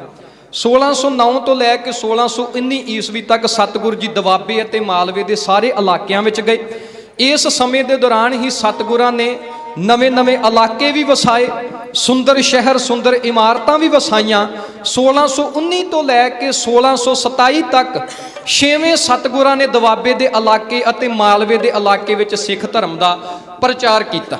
ਹੁਣ ਇਸ ਸਮੇਂ ਦੇ ਦੌਰਾਨ 1627 ਦੇ ਵਿੱਚ ਸਤਿਗੁਰ ਜੀ ਸ਼੍ਰੀ ਅੰਮ੍ਰਿਤਸਰ ਸਾਹਿਬ ਆ ਕੇ ਬਿਰਾਜਮਾਨ ਹੋਏ ਤੇ 1627 ਨੂੰ ਹੀ ਕਸ਼ਮੀਰ ਦੀ ਧਰਤੀ ਤੇ ਬਾਦਸ਼ਾਹ ਜਹਾਂਗੀਰ ਮਰ ਚੁੱਕਾ ਸੀ। ਉਸ ਤੋਂ ਬਾਅਦ ਉਹਦਾ ਪੁੱਤਰ ਸ਼ਾਹਜਹਾਂ ਆਪਣੇ ਤਖਤ ਤੇ ਬਹਿੰਦਾ ਹੈ 1627 ਨੂੰ। ਹੁਣ 1 ਸਾਲ ਬਾਅਦ ਹੀ ਪਹਿਲੀ ਜੰਗ ਦਾ ਬਾਨਨੂ ਜਿਹੜਾ ਹੈ ਉਹ ਵੱਜ ਜਾਂਦਾ ਹੈ। ਦਿੱਲੀ ਦੇ ਤਖਤ ਤੇ ਬੈਠ ਕੇ ਬਾਦਸ਼ਾਹ ਸ਼ਾਹਜਹਾਂ ਪੰਜਾਬ ਨੂੰ ਵੱਧ ਤਵੱਜੋ ਦਿੰਦਾ ਸੀ। ਆਪਣਾ ਪਹਿਲਾ ਸਾਲ ਉਹਨੇ ਲਾਹੌਰ ਦੇ ਵਿੱਚ ਗੁਜ਼ਾਰਿਆ। ਦਿੱਲੀ ਦੇ ਤਖਤ ਉੱਪਰ ਬੈਠਣ ਤੋਂ 2 ਜਾਂ 4 ਮਹੀਨੇ ਬਾਅਦ ਹੀ ਉਹ ਲਾਹੌਰ ਆਇਆ। ਜਦੋਂ ਬਾਦਸ਼ਾਹ ਸ਼ਾਹਜਹਾਂ ਲਾਹੌਰ ਆਇਆ, ਇਸ ਨੇ ਦੇਖਿਆ ਕਿ ਇਹ ਥਾਂ ਬਹੁਤ ਰਮਣੀਕ ਹੈ, ਇਹ ਪੰਜਾਬ ਦੀ ਧਰਤੀ ਬਹੁਤ ਖੁਸ਼ਹਾਲ ਹੈ। ਇੱਥੇ ਬੈਠ ਕੇ ਹੀ ਉਹਨੇ ਉਹ ਸਾਰਾ ਕੌਤਕ ਦੇਖਿਆ ਕਿ ਸ਼੍ਰੀ ਅੰਮ੍ਰਿਤਸਰ ਸਾਹਿਬ ਦੀ ਧਰਤੀ ਤੇ ਦਿੱਲੀ ਤਖਤ ਦੇ ਮੁਕਾਬਲੇ ਤੇ ਇੱਕ ਤਖਤ ਸਿਰਜਿਆ ਜਾ ਚੁੱਕਾ ਹੈ ਤੇ ਉਸ ਤਖਤ ਦੀ ਅਗਵਾਈ ਦੇ ਵਿੱਚ ਇਸ ਤਖਤ ਤੇ ਬਿਰਾਜਮਾਨ ਹੋਣ ਵਾਲਾ ਸਿੱਖਾਂ ਦਾ ਸਤਿਗੁਰੂ ਮੁਗਲਿਆ ਬਾਦਸ਼ਾਹੀ ਦੀ ਫੌਜ ਦੇ ਮੁਕਾਬਲੇ ਇੱਕ ਫੌਜ ਵੀ ਸਿਰਜ ਰਿਹਾ ਹੈ, ਜਿਹਦੇ ਕਰਕੇ ਸ਼ਾਹਜਹਾਂ ਖੁਦ ਕੋਈ ਮੌਕਾ ਲੱਭ ਰਿਹਾ ਸੀ ਕਿ ਸਿੱਖ ਸ਼ਕਤੀ ਦੇ ਨਾਲ ਟਕਰਾ ਕੇ ਉਸ ਨੂੰ ਖਤਮ ਕੀਤਾ ਜਾ ਸਕੇ। ਸਬੱਬ ਬਣਿਆ ਧੰਨ ਧੰਨ ਸਾਹਿਬ ਸ੍ਰੀ ਗੁਰੂ ਹਰਗੋਬਿੰਦ ਸੱਚੇ ਪਾਤਸ਼ਾਹ ਮਹਾਰਾਜ ਆਪਣੇ ਸਿੱਖ ਸਿਪਾਹੀਆਂ ਦੇ ਨਾਲ ਆਪਣਾ ਬਾਜ ਅਤੇ ਆਪਣਾ ਘੋੜਾ ਲੈ ਕੇ ਸਤਿਗੁਰੂ ਜੀ ਸ਼ਿਕਾਰ ਖੇਡਣ ਵਾਸਤੇ ਨਿਕਲੇ। ਨਗਾਰੇ ਤੇ ਚੋਟ ਵੱਜੀ, ਦਮਾਮੇ ਵੱਜੇ, ਮਾਰੋ ਮਾਰ ਕਰਦੇ ਹੋਏ ਸਤਿਗੁਰੂ ਜੀ ਗੁਮਟਾਲੇ ਦੀ ਜੂਹ ਵਿੱਚ ਜਾ ਆਪੜੇ। ਉਸ ਸਮੇਂ ਪੰਜਾਬ ਦੀ ਧਰਤੀ ਦੇ ਉੱਪਰ 2 ਹੀ ਸ਼ਿਕਾਰਗਾਹਾਂ ਸਨ। ਇੱਕ ਸ਼ਿਕਾਰਗਾਹ ਸੀ ਗੁਮਟਾਲੇ ਦੀ ਜੂਹ ਤੇ ਦੂਜੀ ਸ਼ਿਕਾਰਗਾਹ ਸੀ ਮਕੇਰੀਆਂ ਦੀ ਜੂਹ। ਇਹ ਮਕੇਰੀਆਂ ਦਾ ਇਲਾਕਾ ਜਿਹੜੇ ਦੁਆਬੇ ਦੇ ਫੌਜਦਾਰ ਸਨ ਉਹ ਮਕੇਰੀਆਂ ਦੀ ਜੂਹ ਦੇ ਵਿੱਚ ਸ਼ਿਕਾਰ ਖੇਡਣ ਆਇਆ ਕਰਦੇ ਸਨ। ਲਾਹੌਰ ਦੇ ਫੌਜਦਾਰ ਅਤੇ ਸੂਬੇਦਾਰ ਗੁਮਟਾਲੇ ਦੀ ਜੂਹ ਤੱਕ ਸ਼ਿਕਾਰ ਖੇਡਣ ਆਇਆ ਕਰਦੇ ਸਨ। 6ਵੇਂ ਸਤਿਗੁਰਾਂ ਨੇ ਦੁਨਿਆਵੀ ਬਾਦਸ਼ਾਹਾਂ ਦੀ ਤਰਜ਼ ਤੇ ਰਾਜਸੀ ਠਾਠ ਬਾਠ ਲਾ ਕੇ ਸ਼ਿਕਾਰ ਖੇਡਣਾ ਸ਼ੁਰੂ ਕਰ ਦਿੱਤਾ। ਸਤਿਗੁਰੂ ਗੁਮਟਾਲੇ ਦੀ ਜੂਹ ਵਿੱਚ ਬੈਠੇ ਸਨ। ਸਤਿਗੁਰਾਂ ਨੇ ਆਪਣਾ ਬਾਜ ਅਸਮਾਨ ਵਿੱਚ ਛੱਡਿਆ। ਜਦੋਂ ਉਹ ਬਾਜ ਅਸਮਾਨ ਦੇ ਐਨ ਅੱਧ ਤੱਕ ਪਹੁੰਚਿਆ ਤੇ ਇਸ ਸਮੇਂ ਦੇ ਦੌਰਾਨ ਹੀ ਸਤਿਗੁਰਾਂ ਦੀ ਨਿਗਾਹ ਦੁਨਿਆਵੀ ਬਾਦਸ਼ਾਹ ਸ਼ਾਹਜਹਾਂ ਦੇ ਇੱਕ ਬਾਜ ਉੱਪਰ ਪਈ। ਸਤਿਗੁਰਾਂ ਦੇ ਉਸ ਬਾਜ ਨੇ ਝਪਟ ਮਾਰੀ। ਦੁਨਿਆਵੀ ਬਾਦਸ਼ਾਹ ਦਾ ਜੋ ਬਾਜ ਸੀ, ਸਤਿਗੁਰਾਂ ਦੇ ਬਾਜ ਦੇ ਉੱਡਣ ਤੋਂ ਪਹਿਲਾਂ ਇੱਕ ਮਰੀਅਲ ਪੰਛੀ ਨੂੰ ਘਾਇਲ ਕਰਨ ਦੇ ਵਿੱਚ ਲੱਗਾ ਹੋਇਆ ਸੀ। ਸਤਿਗੁਰਾਂ ਨੇ ਸੋਚਿਆ ਇਹ ਜੋ ਬਾਜ ਹੈ ਇਹ ਮੁਗਲਿਆ ਹਕੂਮਤ ਦੇ ਕਰਿੰਦੇ ਨੇ ਤੇ ਜੋ ਇੱਕ ਮਾੜਾ ਪੰਛੀ, ਇੱਕ ਕਮਜ਼ੋਰ ਪੰਛੀ ਇਸ ਬਾਜ ਕੋਲੋਂ ਮਾਰ ਖਾ ਰਿਹਾ, ਇਹ ਹਿੰਦੁਸਤਾਨ ਦੀ ਜਨਤਾ। ਸਤਿਗੁਰਾਂ ਨੇ ਸਿੱਖਾਂ ਵੱਲ ਨੂੰ ਮੁਖ ਕਰਕੇ ਆਖਿਆ, ਕਹਿੰਦੇ ਉਹ ਦੇਖੋ ਕੌਤਕ, ਇੱਥੇ ਜ਼ੁਲਮ ਕਰਨ ਵਾਲੇ ਇਥੋਂ ਹਿੰਦੁਸਤਾਨ ਦੀ ਪਰਜਾ ਰੂਪੀ ਉਹ ਪੰਛੀ ਕਿਵੇਂ ਜ਼ੁਲਮ ਦੇ ਪੰਜੇ ਵਿੱਚ ਆ ਕੇ ਕੁਰਲਾ ਰਿਹਾ। ਸਤਿਗੁਰਾਂ ਨੇ ਇਸ ਕੌਤਕ ਨੂੰ ਮੁੱਖ ਰੱਖ ਕੇ ਆਪਣੇ ਬਾਜ ਦੀ ਡੋਰ ਛੱਡੀ। ਸਤਿਗੁਰਾਂ ਦਾ ਬਾਜ ਅੱਧ ਅਸਮਾਨੇ ਜਾ ਡਿੱਠਾ। ਉਸ ਨੇ ਮੁਗਲਿਆ ਸਲਤਨਤ ਦੇ ਬਾਦਸ਼ਾਹ ਸ਼ਾਹਜਹਾਂ ਦੇ ਬਾਜ ਨੂੰ ਆਪਣੇ ਪੰਜਿਆਂ ਦੇ ਵਿੱਚ ਜਕੜ ਕੇ ਜ਼ਮੀਨ ਤੇ ਸੁੱਟ ਲਿਆ। ਹੁਣ ਇਹਨਾਂ ਦੋਹਾਂ ਬਾਜਾਂ ਦੀ ਜੰਗ ਛਿੜ ਚੁੱਕੀ ਸੀ। ਸਤਿਗੁਰ ਜੀ ਅਕਾਲ ਪੁਰਖ ਦੇ ਹੁਕਮ ਅਨੁਸਾਰ ਆਉਣ ਵਾਲੇ ਸਮੇਂ ਨੂੰ ਦੇਖ ਰਹੇ ਸਨ। ਆਉਣ ਵਾਲਾ ਸਮਾਂ ਇਸੇ ਤਰੀਕੇ ਨਾਲ ਹੀ ਇੱਕ ਪਾਸੇ ਅਕਾਲ ਪੁਰਖ ਤੋਂ ਸੇਧ ਲੈਣ ਵਾਲੇ ਉਹ ਬਾਜ ਜਿਨ੍ਹਾਂ ਨੂੰ ਸਿੱਖਾਂ ਦਾ ਨਾਮ ਦੇ ਦਿੱਤਾ ਸੀ, ਸਿੱਖ ਰੂਪੀ ਉਹ ਬਾਜ ਮੁਗਲਿਆ ਹਕੂਮਤ ਦੇ ਇਹਨਾਂ ਕਰਿੰਦੇ ਰੂਪੀ ਇਹਨਾਂ ਬਾਜਾਂ ਦੇ ਨਾਲ ਭਿੜਨਗੇ। ਗੁਮਟਾਲੇ ਦੀ ਜੂਹ ਵਿੱਚ ਸਤਿਗੁਰ ਜੀ ਵੀਰ ਆਸਨ ਬੈਠੇ ਨੇ। ਅਸਮਾਨ ਦੇ ਵਿੱਚ ਸ਼੍ਰੀ ਗੁਰੂ ਹਰਗੋਬਿੰਦ ਸੱਚੇ ਪਾਤਸ਼ਾਹ ਮਹਾਰਾਜ ਜੀ ਦੇ ਬਾਜ ਅਤੇ ਸ਼ਾਹਜਹਾਂ ਦੇ ਬਾਜ ਦੀ ਜੰਗ ਛਿੜ ਚੁੱਕੀ ਸੀ। ਇਸ ਦੋਨਾਂ ਬਾਜਾਂ ਦੀ ਜੰਗ ਨੂੰ ਦੇਖ ਕੇ ਮੀਰੀ ਪੀਰੀ ਦੇ ਮਾਲਕ 6ਵੇਂ ਸਤਿਗੁਰਾਂ ਨੇ ਇੱਕ ਨਵਾਂ ਕੌਤਕ ਇਉਂ ਰਚਾ ਦਿੱਤਾ।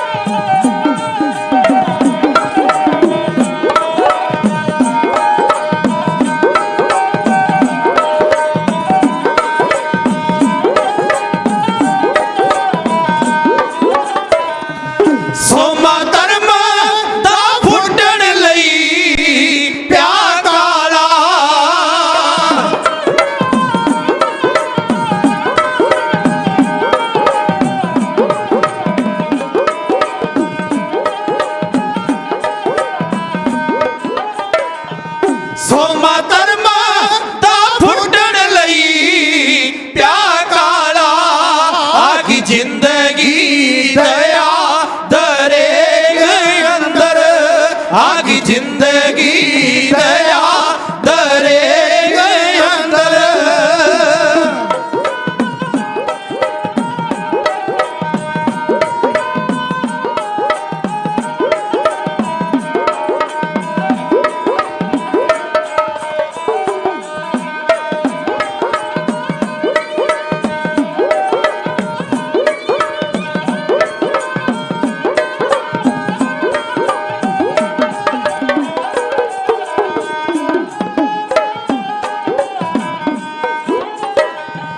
ਤੱਕੇ ਦੇਸ਼ ਗੁਰਦੇਵ ਨੇ ਜੋਸ਼ ਖਾਦਾ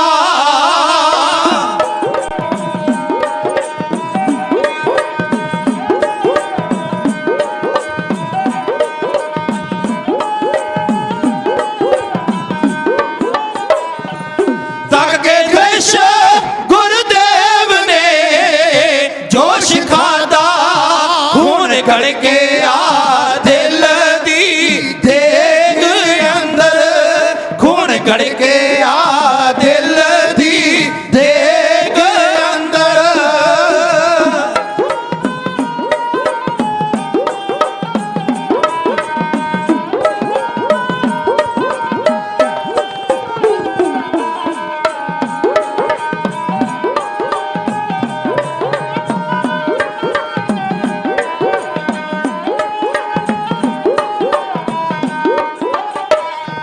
ਸਾਗਰ ਵੀਰ ਕਾਦੇ ਛਲਕੇ ਨੇਤਰਾਂ ਚੋਂ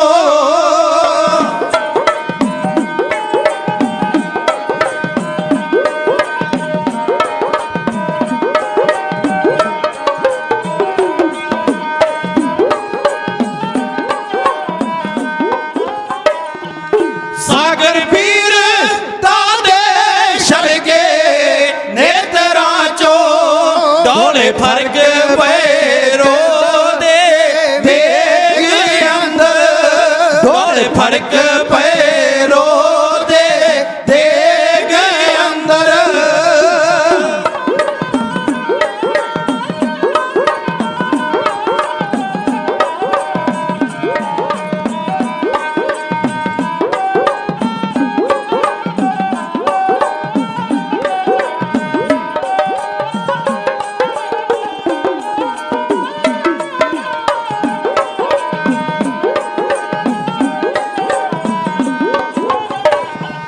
ਦੇਗ ਬਣ ਕੇ ਬਿਜਲੀਆਂ ਲਿਸ਼ਕ ਪਈਆਂ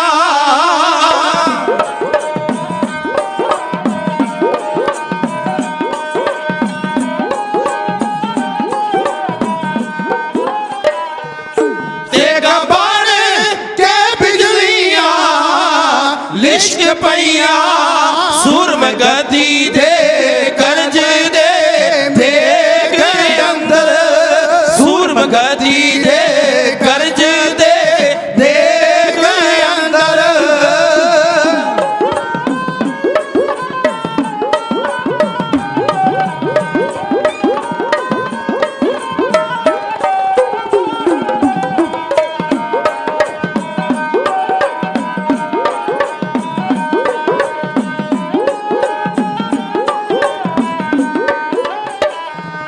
ਕਾਲੇ ਪੈ ਕੇ ਬਾਜ ਨੇ ਖੰਭ ਛੜ ਕੇ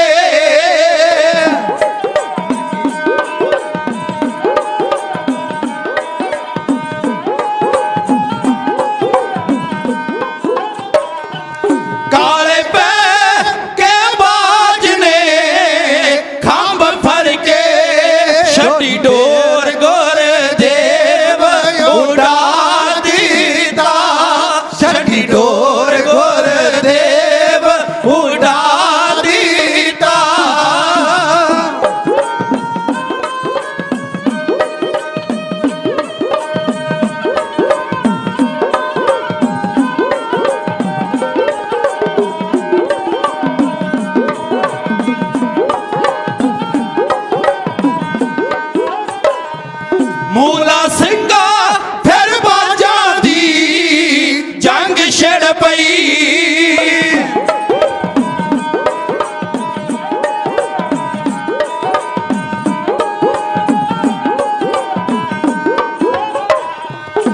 ਮੁਗਲਾ ਸਿੰਘਾ ਫਿਰ ਬਾਜਾਂ ਦੀ ਜੰਗ ਛੇੜ ਪਈ ਕੌਤਕ ਸ਼ਹਿਨਸ਼ਾਹ ਨਵਾਂ ਰਚਾ ਦਿੱਤਾ ਕੌਤਕ ਸ਼ਹਿਨਸ਼ਾਹ ਨਵਾਂ ਰਚਾ ਦਿੱਤਾ ਕੌਤਕ ਸ਼ਹਿਨਸ਼ਾਹ ਨਵਾਂ ਰਚਾ ਦਿੱਤਾ ਹੋ। ਮੀਰੀ ਪੀਰੀ ਦੇ ਮਾਲਕ ਛੇਵੇਂ ਸਤਿਗੁਰਾਂ ਦੇ ਛੱਡੇ ਹੋਏ ਬਾਜ਼ ਨੇ ਬਾਦਸ਼ਾਹ ਸ਼ਾਹਜਹਾਨ ਦੇ ਬਾਜ਼ ਨੂੰ ਆਪਣੇ ਚੁੰਗਲ ਵਿੱਚ ਜਕੜ ਕੇ ਜ਼ਮੀਨ ਤੇ ਸੁੱਟ ਦਿੱਤਾ। ਸਤਿਗੁਰਾਂ ਦੇ ਸਿੱਖ ਸਿਪਾਹੀਆਂ ਨੇ ਬਾਦਸ਼ਾਹ ਸ਼ਾਹਜਹਾਨ ਦਾ ਜੋ ਬਾਜ਼ ਹੈ ਉਸ ਨੂੰ ਆਪਣੇ ਹਵਾਲੇ ਕੀਤਾ। ਮੈਂ ਇੱਕ ਗੱਲ ਆਪ ਜੀ ਦੇ ਸਾਹਮਣੇ ਰੱਖਾਂ, ਜੋ ਬਾਜ਼ ਹੈ, ਜੋ ਸਤਿਗੁਰਾਂ ਦੇ ਕੋਲ ਜਾਂ ਮੁਗਲ ਬਾਦਸ਼ਾਹ ਦੇ ਕੋਲ ਜੋ ਬਾਜ਼ ਸੀ ਇਹ ਮਾਦਾ ਸੀ, ਨਰ ਨਹੀਂ ਸੀ। ਜੋ ਬਾਜ਼ ਹੁੰਦਾ ਇਹ ਮਾਦਾ ਪੰਛੀ ਹੁੰਦਾ। ਸੋ ਇਹ ਬਾਜ਼ ਸਤਿਗੁਰਾਂ ਨੇ ਕਿਉਂ ਰੱਖੇ? ਕਿਉਂਕਿ ਬਾਜ਼ ਦੇ ਕੁਝ ਗੁਣ ਵੀ ਸਨ ਜਿਹਦੇ ਕਰਕੇ ਸਿੱਖ ਗੁਰੂ ਸਾਹਿਬਾਨ ਅਤੇ ਰਾਜੇ ਮਹਾਰਾਜੇ ਬਾਜ਼ਾਂ ਨੂੰ ਆਪਣੀ ਹਜ਼ੂਰੀ ਵਿੱਚ ਰੱਖਦੇ ਸਨ। ਬਾਜ਼ ਅਤੇ ਭੇੜੀਆ ਇਹ ਦੋ ਜਾਨਵਰ ਅਜਿਹੇ ਨੇ ਜੋ ਕਿਸੇ ਦਾ ਕੀਤਾ ਹੋਇਆ ਸ਼ਿਕਾਰ ਨਹੀਂ ਖਾਂਦੇ, ਨਾ ਹੀ ਗੁਲਾਮ ਰਹਿੰਦੇ ਨੇ। ਸ਼ੇਰ ਵੀ ਸ਼ਿਕਾਰ ਰੱਖਿਆ ਜਾ ਸਕਦਾ, ਜੋ ਸ਼ੇਰ ਹੈ ਉਹ ਵੀ ਗੁਲਾਮ ਰੱਖਿਆ ਜਾ ਸਕਦਾ, ਹਾਥੀ ਵੀ ਗੁਲਾਮ ਰੱਖਿਆ ਜਾ ਸਕਦਾ, ਪਰ ਬਾਜ਼ ਅਤੇ ਭੇੜੀਆ ਇਹ ਦੋ ਜਾਨਵਰ ਅਜਿਹੇ ਨੇ ਜਿਨ੍ਹਾਂ ਨੂੰ ਕਦੇ ਗੁਲਾਮ ਨਹੀਂ ਰੱਖਿਆ ਜਾ ਸਕਦਾ, ਨਾ ਹੀ ਕਿਸੇ ਦਾ ਕੀਤਾ ਹੋਇਆ ਸ਼ਿਕਾਰ ਇਹ ਆਪਣੇ ਮੂੰਹ ਨੂੰ ਲਾਉਂਦੇ ਨੇ। ਦੂਜੀ ਗੱਲ, ਇਹ ਸਦਾ ਹੀ ਤਿਆਰ ਬਰ ਤਿਆਰ ਰਹਿਣ ਵਾਲੇ ਇਹ ਜਾਨਵਰ ਨੇ। ਸੋ ਸਤਿਗੁਰਾਂ ਦੇ ਉਸ ਬਾਜ਼ ਨੇ ਮੁਗਲ ਬਾਦਸ਼ਾਹ ਸ਼ਾਹਜਹਾਨ ਦੇ ਬਾਜ਼ ਨੂੰ ਆਪਣੇ ਚੁੰਗਲ ਵਿੱਚ ਫਸਾ ਕੇ ਧਰਤੀ ਤੇ ਸੁੱਟ ਲਿਆ। ਸਤਿਗੁਰਾਂ ਦੇ ਸਿਪਾਹੀਆਂ ਨੇ ਉਸ ਬਾਜ਼ ਨੂੰ ਆਪਣੇ ਹਵਾਲੇ ਕਰ ਲਿਆ, ਆਪਣੇ ਕਬਜ਼ੇ ਦੇ ਵਿੱਚ ਮੁਗਲ ਬਾਦਸ਼ਾਹ ਦੇ ਉਸ ਬਾਜ਼ ਨੂੰ ਲੈ ਲਿਆ। ਹੁਣ ਜਦੋਂ ਦੇਖਿਆ ਬਾਦਸ਼ਾਹ ਦੇ ਮੀਰ ਸ਼ਿਕਾਰੀਆਂ ਨੇ ਕਿ ਗਰਮੀ ਬਹੁਤ ਹੋਣ ਕਰਕੇ ਬਾਦਸ਼ਾਹ ਤਾਂ ਲਾਹੌਰ ਨੂੰ ਜਾ ਪੁੱਜਾ ਤੇ ਉਹਦੇ ਹੁਣ ਬਾਜ਼ ਦੀ ਜ਼ਿੰਮੇਵਾਰੀ ਸਾਡੀ ਹੈ। ਮੀਰ ਸ਼ਿਕਾਰੀਆਂ ਨੇ ਦੇਖਿਆ ਅਸਮਾਨ ਦੇ ਵਿੱਚ ਸਾਡਾ ਕੋਈ ਬਾਜ਼ ਉੱਡ ਨਹੀਂ ਰਿਹਾ, ਜੇਕਰ ਕੋਈ ਬਾਜ਼ ਉੱਡ ਰਿਹਾ ਸੀ ਤੇ ਉਹ ਸਤਿਗੁਰਾਂ ਦਾ ਬਾਜ਼ ਸੀ। ਜਿੱਥੇ ਕਿ ਅਸਮਾਨ ਵਿੱਚ ਬਾਜ਼ ਉੱਡ ਰਿਹਾ ਸੀ ਉਹਦੀ ਸੇਧ ਲਗਾ ਕੇ ਮੀਰ ਸ਼ਿਕਾਰੀ ਉਸ ਜਗ੍ਹਾ ਤੇ ਪੁੱਜੇ। ਸਾਹਮਣੇ ਦੇਖਿਆ ਛੇਵੇਂ ਸਤਿਗੁਰਾਂ ਦੇ ਸਿੱਖ ਸਿਪਾਹੀ ਖੜੇ ਨੇ, ਉਹਨਾਂ ਦੇ ਹੱਥ ਵਿੱਚ ਸ਼ਾਹਜਹਾਨ ਦਾ ਬਾਜ਼ ਹੈ। ਉਹਨਾਂ ਨੇ ਮੁਗਲ ਸਲਤਨਤ ਦੇ ਉਹਨਾਂ ਮੀਰ ਸ਼ਿਕਾਰੀ ਸਿਪਾਹੀਆਂ ਨੇ ਬੜੀ ਹੈਂਕੜ ਨਾਲ ਆਖਿਆ, ਕਹਿੰਦਾ ਸਾਨੂੰ ਲੱਗਦਾ ਤੁਸੀਂ ਅੰਮ੍ਰਿਤਸਰ ਦੇ ਉਸ ਗੁਰੂ ਹਰਗੋਬਿੰਦ ਦੇ ਸਿੱਖ ਹੋ। ਇਹ ਬਾਜ਼ ਦਿੱਲੀ ਸਲਤਨਤ ਦੇ ਮੁਗਲਿਆ ਹਕੂਮਤ ਦੇ ਬਾਦਸ਼ਾਹ ਸ਼ਾਹਜਹਾਨ ਦਾ ਬਾਜ਼ ਹੈ, ਇਸ ਨੂੰ ਸਾਡੇ ਹਵਾਲੇ ਕਰ ਦਿੱਤਾ ਜਾਵੇ। ਸਿੱਖ ਸਿਪਾਹੀਆਂ ਨੇ ਆਖਿਆ ਬਾਜ਼ ਨੂੰ ਇਸ ਤਰ੍ਹਾਂ ਲੈਣ ਦਾ ਅਖਤਿਆਰ ਤੁਹਾਨੂੰ ਕਿੰਨੇ ਦਿੱਤਾ?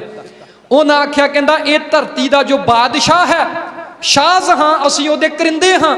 ਇਸ ਧਰਤੀ ਤੇ ਚੱਲਣ ਵਾਲਾ ਚਾਹੇ ਕੋਈ ਜਾਨਵਰ ਹੈ ਚਾਹੇ ਮਨੁੱਖ ਹੈ, ਉਹ ਸਾਡੇ ਅਧੀਨ ਹੈ, ਸਾਡਾ ਅਖਤਿਆਰ ਉਹਦੇ ਉੱਤੇ ਚੱਲਦਾ।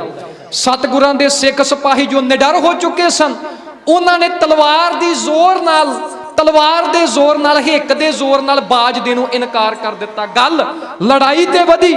ਸਿੱਖ ਸਿਪਾਹੀਆਂ ਨੇ ਮੀਰ ਸ਼ਿਕਾਰੀ ਤੇ ਉਹਦੇ ਸਿਪਾਹੀਆਂ ਨੂੰ ਮਾਰ ਕੁੱਟ ਕੇ ਗੁਮਟਾਲੇ ਦੀ ਜ਼ੂ ਚੋਂ ਘੱਲ ਦਿੱਤਾ।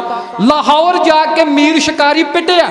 ਬਾਦਸ਼ਾਹ ਸ਼ਾਹਜਹਾਨ ਉਦੋਂ ਲਾਹੌਰ ਆਪਣੇ ਤਖਤ ਤੇ ਬੈਠਾ ਹੋਇਆ ਸੀ, ਉਹਦੀ ਹਜ਼ੂਰੀ ਦੇ ਵਿੱਚ ਲਾਹੌਰ ਦਾ ਸੂਬੇਦਾਰ ਕਲੀਜ਼ ਖਾਨ ਵੀ ਬੈਠਾ ਹੋਇਆ ਸੀ, ਉਹਦੇ ਨਾਲ ਹੀ ਲਾਹੌਰ ਦਾ ਫੌਜਦਾਰ ਮੁਖਲਿਸ ਖਾਨ ਵੀ ਬੈਠਾ ਹੋਇਆ ਸੀ, ਜਿਹੜਾ ਅਜੇ ਨਵਾਂ ਪਹਾੜ ਦੀਆਂ ਰਿਆਸਤਾਂ ਵਿੱਚ ਮੁਖਲਿਸਗੜ੍ਹ ਦਾ ਕਿਲਾ ਤਿਆਰ ਕਰਕੇ ਆਇਆ ਹੋਇਆ ਸੀ, ਜਿਹਦੇ ਤੇ ਬਾਦਸ਼ਾਹ ਸ਼ਾਹਜਹਾਨ ਨੂੰ ਅੱਤ ਦਾ ਮਾਣ ਸੀ।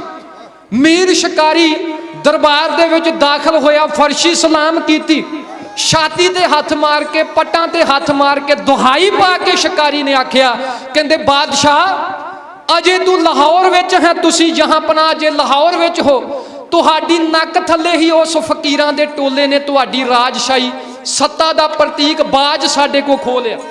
ਕੱਲ ਸਮਾਂ ਆਵੇਗਾ, ਉਹ ਗੁਰੂ ਫੌਜ ਤਿਆਰ ਕਰ ਰਿਹਾ ਹੈ, ਅੱਜ ਬਾਜ਼ ਖੋਇਆ, ਗਾਂ ਨੂੰ ਉਹ ਸਾਡੇ ਤਾਜ ਤੇ ਸਾਡੇ ਰਾਜ ਨੂੰ ਵੀ ਹੱਥ ਪਾਵੇਗਾ। ਇਹ ਗੱਲ ਸ਼ਾਹਜਹਾਨ ਦੇ ਦਿਲ ਨੂੰ ਲੱਗੀ।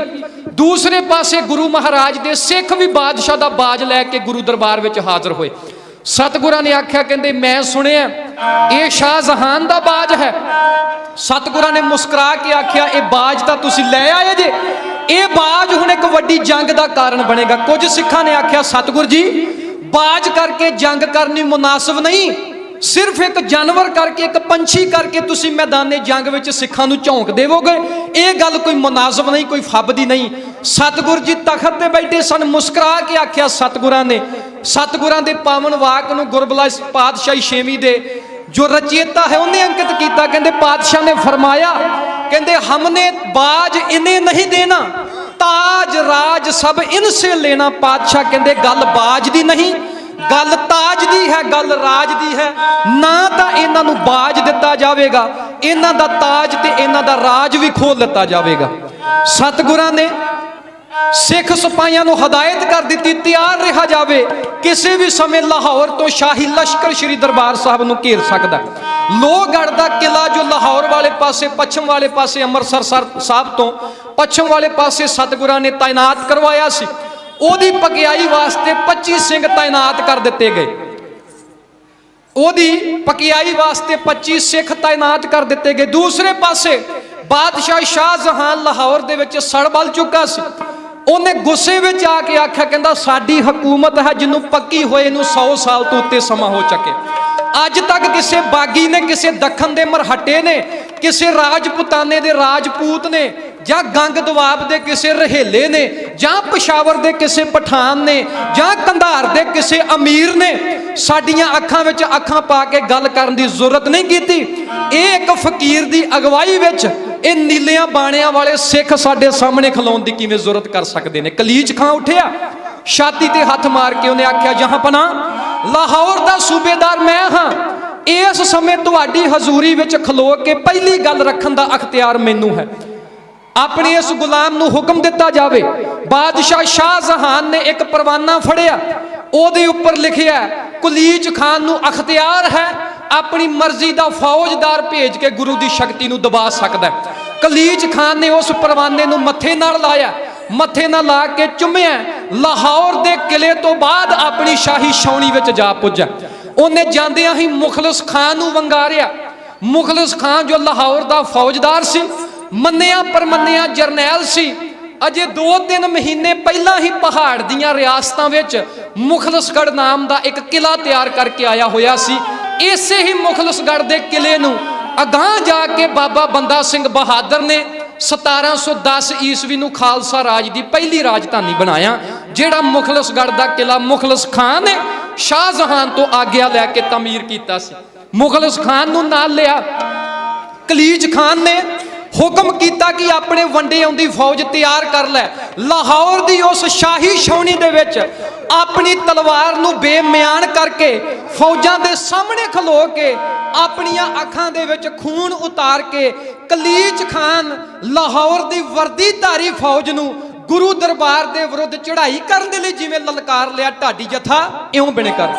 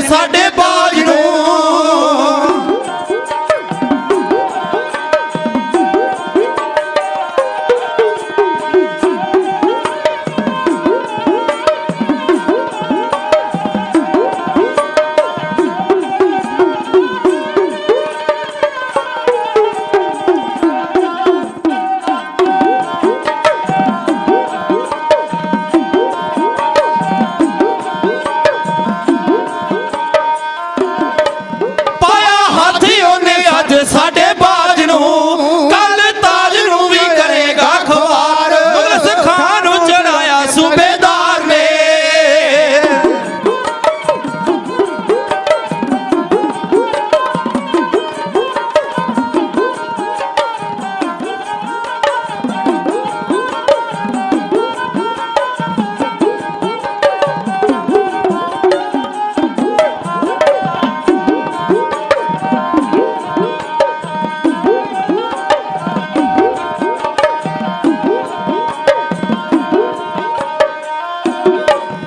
मुगल सिखां नू चढ़ाया सूबेदार ने के फौज नाल 7,000 उस वेले फौजां चाड़ियां लाहौर तो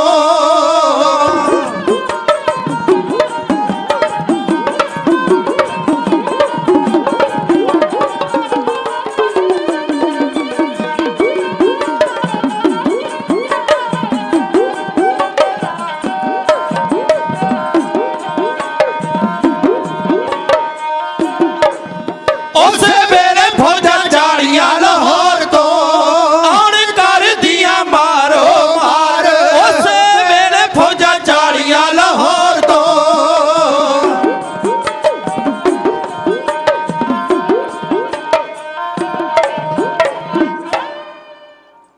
ਲਾਹੌਰ ਤੋਂ ਮਾਰੋ-ਮਾਰ ਕਰਦੀ ਹੋਈ 7000 ਫੌਜ ਮੁਖਲਸ ਖਾਨ ਦੀ ਅਗਵਾਈ ਵਿੱਚ ਸ੍ਰੀ ਅੰਮ੍ਰਿਤਸਰ ਸਾਹਿਬ ਨੂੰ ਚਾਲੇ ਪਾਉਣ ਵਾਸਤੇ ਤਿਆਰ ਸੀ। ਲਾਹੌਰ ਤੋਂ ਮੁਖਲਸ ਖਾਨ 7000 ਫੌਜ ਲੈ ਕੇ ਚੱਲਿਆ, ਪਰ ਇੱਥੇ ਸਿਰਫ ਤੇ ਸਿਰਫ 6ਵੇਂ ਸਤਿਗੁਰਾਂ ਦੇ ਨਾਲ ਲੜਨ ਵਾਸਤੇ ਜਾਂ ਸਿਰਫ ਤੇ ਸਿਰਫ ਅੰਮ੍ਰਿਤਸਰ ਸਾਹਿਬ ਨੂੰ ਘੇਰਾ ਪਾਉਣ ਵਾਸਤੇ ਹੀ ਇਹ ਕੱਲੀ ਮੁਹਿੰਮ ਨਹੀਂ ਸੀ ਚਾੜੀ। ਇੱਥੇ ਬਾਦਸ਼ਾਹ ਸ਼ਾਹਜਹਾਨ ਦਾ ਤੇ ਕੁਲੀਚ ਖਾਨ ਦਾ ਤਹੱਈਆ ਸੀ ਕਿ ਇਸ ਹਮਲੇ ਦੇ ਨਾਲ ਸਿੱਖਾਂ ਦੀ ਤਾਕਤ ਉੱਕੀ ਹੀ ਖਤਮ ਕਰ ਦਿੱਤੀ ਜਾਵੇ। ਇਹਨਾਂ ਦਾ ਨਵਾਂ ਬਣਿਆ ਹੋਇਆ ਧਰਮ ਜੋ ਗੁਰੂ ਨਾਨਕ ਪਾਤਸ਼ਾਹ ਜੀ ਦੀ ਆਮਦ ਦੇ ਨਾਲ ਸ਼ੁਰੂ ਹੋਇਆ ਇੱਥੋਂ ਤੱਕ ਪਹੁੰਚ ਚੁੱਕਾ ਹੈ। ਇਹਨਾਂ ਦੇ ਅਸਥਾਨ ਢਾਹ ਕੇ ਇਹਨਾਂ ਦੇ ਗੁਰੂ ਨੂੰ ਗ੍ਰਿਫਤਾਰ ਕਰਕੇ ਇਸ ਨਵੇਂ ਬਣੇ ਹੋਏ ਧਰਮ ਦਾ ਬੀਜ ਨਾਸ਼ ਕਰ ਦਿੱਤਾ ਜਾਵੇ। ਇਸ ਗੱਲ ਨੂੰ ਮੁੱਖ ਰੱਖ ਕੇ 7000 ਫੌਜ ਸ਼ਾਹਜਹਾਨ ਦੇ ਹੁਕਮ ਨਾਲ ਅਤੇ ਕੁਲੀਚ ਖਾਨ ਦੇ ਅਖਤਿਆਰ ਨਾਲ ਮੁਖਲਸ ਖਾਨ ਦੀ ਅਗਵਾਈ ਦੇ ਵਿੱਚ ਸ੍ਰੀ ਅੰਮ੍ਰਿਤਸਰ ਸਾਹਿਬ ਨੂੰ ਭੇਜੀ ਗਈ। ਹੁਣ ਮੁਖਲਸ ਖਾਨ ਨੂੰ ਤੁਰਨ ਤੋਂ ਪਹਿਲਾਂ ਬਾਦਸ਼ਾਹ ਨੇ ਆਪਣੇ ਹੱਥ ਨਾਲ ਇੱਕ ਤਲਵਾਰ ਭੇਟ ਕੀਤੀ, ਇੱਕ ਘੋੜਾ ਭੇਟ ਕੀਤਾ, ਇੱਕ ਚੰਗੀ ਖਿਲਤ ਭੇਟ ਕੀਤੀ ਕਿ ਜਿੱਤ ਕੇ ਆਵੇਂਗਾ ਇੱਕ ਵੱਡੀ ਜ਼ਗੀਰ ਵੱਡਾ ਮਰਤਬਾ ਤੇਰੇ ਨਾਮ ਕਰ ਦਿੱਤਾ ਜਾਵੇਗਾ। 7000 ਫੌਜ ਲੈ ਕੇ ਲਾਹੌਰ ਤੋਂ ਤੁਰਿਆ ਪਠਾਨ ਦਾ ਪੁੱਤਰ, ਉਹਦੇ ਨਾਲ ਦਲ ਬੇਗ, ਸ਼ਮਸ ਖਾਂ, ਅਨਵਰ ਖਾਂ, ਬਲੀ ਬੇਗ, ਹਯਾਤ ਬੇਗ ਇਤਿਆਦ ਵੱਡੇ ਵੱਡੇ ਜਰਨੈਲ ਉਹਦੀ ਫੌਜ ਦੇ ਵਿੱਚ ਸ਼ਾਮਲ ਸਨ। ਉਹਦੀ ਫੌਜ ਦੀ ਅਗਵਾਈ ਕਰਨ ਵਾਸਤੇ ਲਾਹੌਰ ਤੋਂ ਚੱਲਿਆ, ਦਰਿਆ ਰਾਵੀ ਟੱਪਿਆ, ਰਾਵੀ ਦਰਿਆ ਟੱਪ ਕੇ ਰਿਆੜਕੀ ਦੇ ਇਲਾਕੇ ਤੋਂ ਨਾਲ ਹੁੰਦਾ ਹੋਇਆ ਮੁਖਲਸ ਖਾਂ ਸ਼੍ਰੀ ਅੰਮ੍ਰਿਤਸਰ ਸਾਹਿਬ ਦੀ ਕੰਡੀ ਵੱਲ ਨੂੰ ਰਵਾਨਾ ਹੋਇਆ। ਜਦੋਂ ਸ਼੍ਰੀ ਅੰਮ੍ਰਿਤਸਰ ਸਾਹਿਬ ਐਨ ਨਜ਼ਦੀਕ ਸੀ, ਜਦੋਂ ਲੋਹਗੜ੍ਹ ਦਾ ਕਿਲਾ ਐਨ ਸਾਫ਼ ਦਿਖਾਈ ਦਿੰਦਾ ਸੀ, ਲੋਹਗੜ੍ਹ ਦੇ ਕਿਲੇ ਤੋਂ 1.5 ਮੀਲ ਪਿੱਛੇ ਬਾਦਸ਼ਾਹ ਸ਼ਾਹਜਹਾਨ ਦੇ ਵੱਲੋਂ ਭੇਜੇ ਹੋਏ ਇਸ ਮੁਖਲਸ ਖਾਨ ਨੇ ਆਪਣੀ ਫੌਜ ਦਾ ਡੇਰਾ ਤਾਇਨਾਤ ਕਰ ਲਿਆ। ਪਰ ਇਸ ਤੋਂ ਵੀ ਅਗਾਂਹ ਗੱਲ ਇਹ ਬਣੀ ਕਿ ਦੁਪਹਿਰ ਤੋਂ ਬਾਅਦ ਅੰਮ੍ਰਿਤਸਰ ਦੇ ਐਨ ਨਜ਼ਦੀਕ ਪਹੁੰਚਿਆ ਜਾਣਾ ਚਾਹੀਦਾ। ਸੋ ਸਾਧ ਸੰਗਤ ਜੀ, ਵੇਲਾ ਬਾਅਦ ਦੁਪਹਿਰ ਦਾ ਜਦੋਂ ਆ ਚੁੱਕਾ ਸੀ, ਮੁਖਲਸ ਖਾਨ ਜੋ ਲਾਹੌਰ ਤੋਂ ਚੱਲਿਆ ਦਰਿਆ ਰਾਵੀ ਪਾਰ ਕਰਕੇ ਐਨ ਜਦੋਂ ਸ਼੍ਰੀ ਅੰਮ੍ਰਿਤਸਰ ਸਾਹਿਬ ਦੇ ਨਜ਼ਦੀਕ ਪੁੱਜਾ, ਦੁਪਹਿਰ ਤੋਂ ਬਾਅਦ ਦਾ ਜਦ ਵੇਲਾ ਸ਼ੁਰੂ ਹੋਇਆ, ਵਿਉਂਤ ਬਣਾਈ ਗਈ ਕਿ ਦੁਪਹਿਰ ਤੋਂ ਬਾਅਦ ਜਾਂ ਤਾਂ ਸ਼ਾਮ ਨੂੰ ਹੱਲਾ ਕੀਤਾ ਜਾਵੇਗਾ ਜਾਂ ਅਗਲੇ ਦਿਨ ਸਵੇਰੇ ਹੱਲਾ ਕੀਤਾ ਜਾਵੇਗਾ। ਇਸ ਗੱਲ ਨੂੰ ਮੁੱਖ ਰੱਖ ਕੇ ਲੋਹਗੜ੍ਹ ਦੇ ਕਿਲੇ ਤੋਂ 1 ਮੀਲ ਪਿੱਛੇ ਦੁਪਹਿਰ ਤੋਂ ਬਾਅਦ ਸ਼ਾਹੀ ਫੌਜਾਂ ਨੇ ਡੇਰਾ ਇਉਂ ਜਮਾ ਲਿਆ।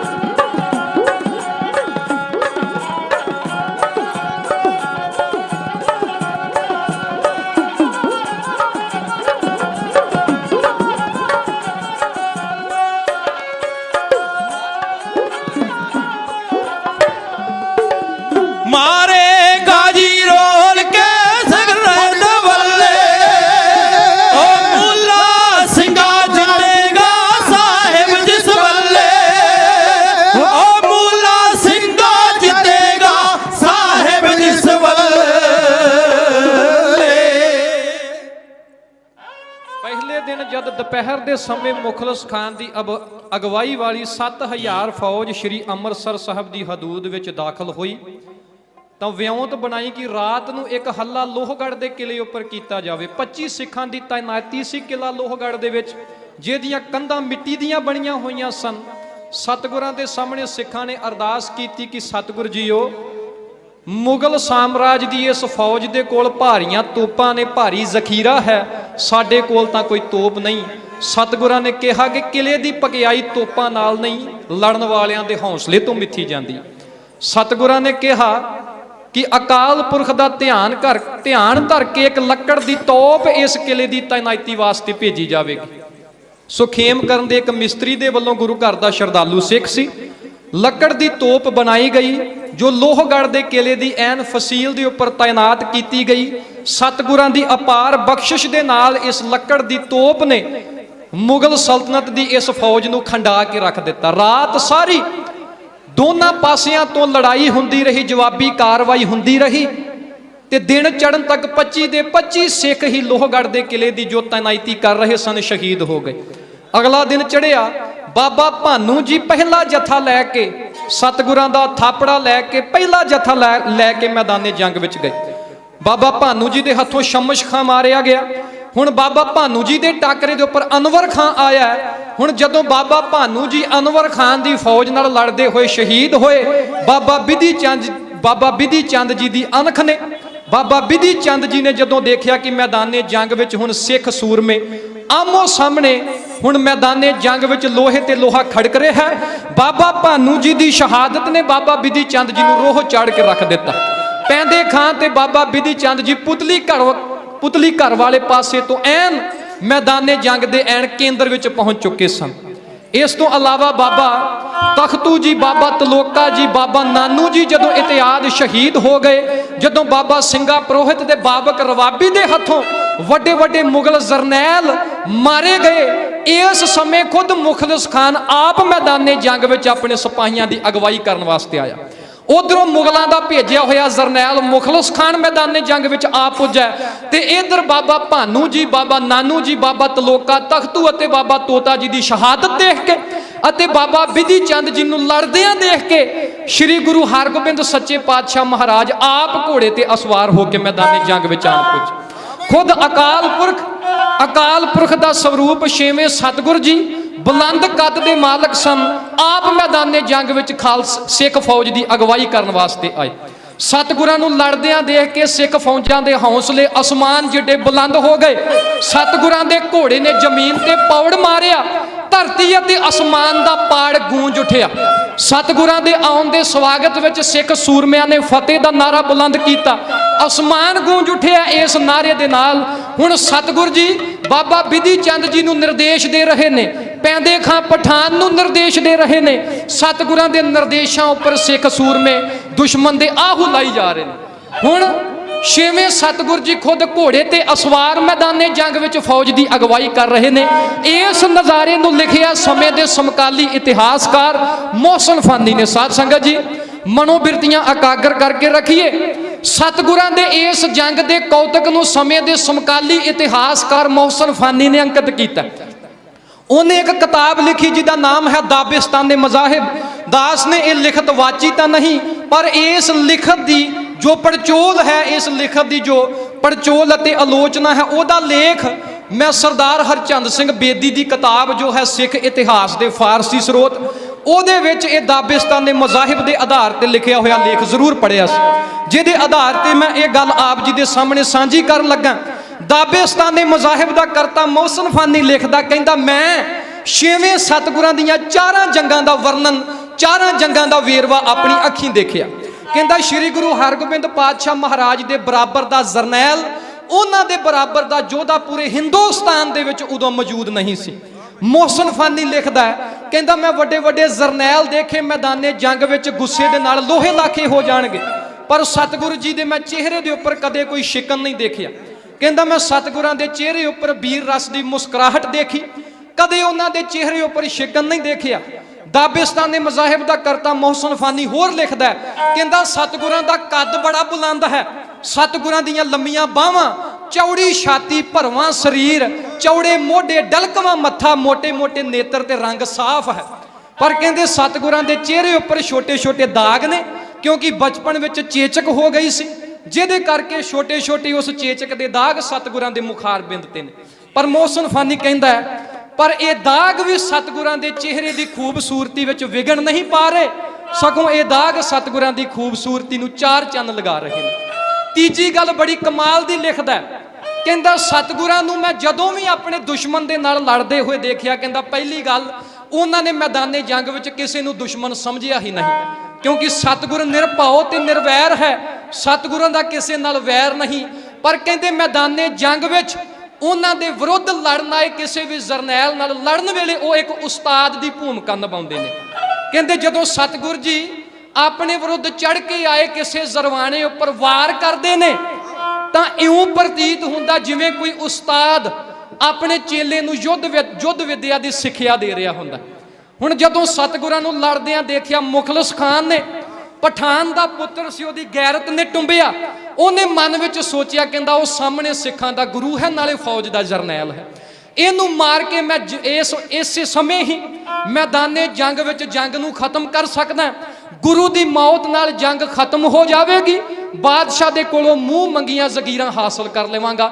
गल दिल दे विच इह गल धार के मुखलिस खां घोड़ा छेड़ के सतगुरां दे सामने पुज्जा, युद्ध विद्या दे सारे कानून छिक्के टंग के अपने कमान दे नाल तीरां दी बौछार सतगुरां उपर कीती, पर अकाल पुरख दी बरकत दे नाल सतगुरां नूं एक भी तीर छो ना सकिया।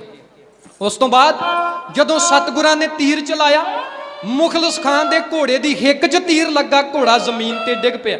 मुखलिस खान भी घोड़े तो जमीन ते जा पिया। मुखलिस खान ने कहा तुसी फौज दे जरनैल हो, मैं भी फौज दा जरनैल हाँ, ये कोई युद्ध विद्या दा असूल नहीं, मैं जमीन ते हाँ तुसी घोड़े ते हो। सतगुरां ने कहा तेरी ये ख्वाहिश भी असी पूरी करांगे। सतगुर जी घोड़े तो उतर के आप जमीन ते, लंबियां बाहां वाले सतगुर जी, भरवें शरीर भरवें जुस्से वाले मीरी पीरी दे मालक छेवें सतगुर जी मुगलिया हुकूमत दे जरनैल मुखलिस खान दे ऐन सामने खड़े ने। मुखलिस खान सतगुरां वाले रोह नाल देख रहा, सतगुर जी मुस्कुरा के देख रहे। सतगुरां ने आख्या मुखलिस खान अगे तीरां दी विछाड़ नाल काम नहीं बनिया, तेरे दिल दी सदर तेरे दिल विच ना रह जावे, साडा कीता होया वार कदे वापस नहीं मुड़दा, तेनू असी इजाजत दिन्ने आ, अपना टिल ला के जोर ला के पहला वार कर लै। इतिहासकार दसदे ने मुखलिस खान ने 3 वार कीते। पहला वार कीता सतगुरां ने ढाल ते डक लिया, दूसरा वार भी सतगुरां ने ढाल दी कंडी नाल रोकिया, तीसरा वार जद मुखलिस खान ने कीता सतगुरां ने अपने खंडे दे नाल अपनियां बाहां दे बल दे नाल ओदा वार झाड़ के सुट दिता। मुखलिस खान नूं धरती वेल ना दे, एक पासे ओदी शान मारदी सी, अजे हुणे मुखलिसगढ़ दा किला तैनात करके आया सी, फौजां विच रसूख सी उसदा, बादशाह ने खुद थापड़ा दे के इहनूं भेजिया सी, इहो ही बंदा है जो गुरु नूं गिरफ्तार कर सकदा। हुण उस शान ने जिहड़ा फौजां दे विच रसूख सी ओदी शर्म मारदी सी कि जेकर मैदाने जंग विचों भज्जां ते मेरी शान मिट्टी विच रुल जावेगी। ये गल्लां सोचां विचारदा होया सतगुरां उपर चौथा वार करन लगा, पर हिम्मत ना पई, सतगुरां दे वीर रस अगे टेक ना सकिया। मैदाने जंग विचों हुण पिठ दिखा के भज्जन लगा पठान दा पुत्र, पर छेवें सतगुरां ने भज्जन ना दिता। महान सतगुरु ने अगों दी रोक के मुखलिस खान नूं वंगारिया, कहंदे मुखलिस खान असी तां सुनिया सी पठान दे पुत्र बड़े बहादुर हुंदे ने, उन्हां दा कीता होया वार वापस नहीं मुड़दा, पर असी तेनू 3 वार करन दी इजाजत दित्ती सी, तू नाकाम रहा, लगदा तेरे उस्ताद ने तेनू वार करन दी जाच नहीं दसी, हुण असी तेरे उस्ताद बनांगे, तेनू वार करन दी जाच दसांगे। सतगुरां ने अगों दी घेरदे होए मुखलिस खान नूं मुखातब हो के आखिया, कहंदे मुखलिस खान तू 3 वार कीते सी, एक वार साडा भी देख, नाले हुण देख वार ऐदां नहीं वार है ऐदां करी।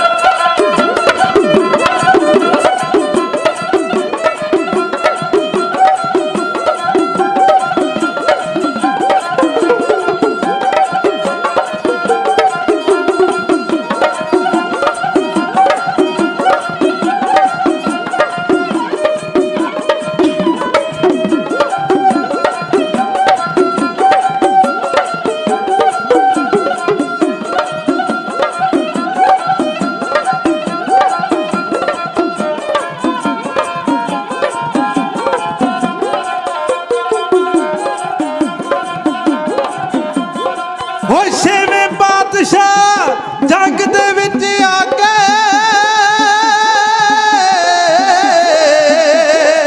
ਮੁਖਲਸ ਖਾਨ ਨੂੰ ਇਸ ਤਰ੍ਹਾਂ ਕਹਿਣ ਲੱਗੇ, ਤੈਨੂੰ ਵਾਰ ਕਰਨ ਦੀ ਜਾਚ ਨਹੀਂ ਆ,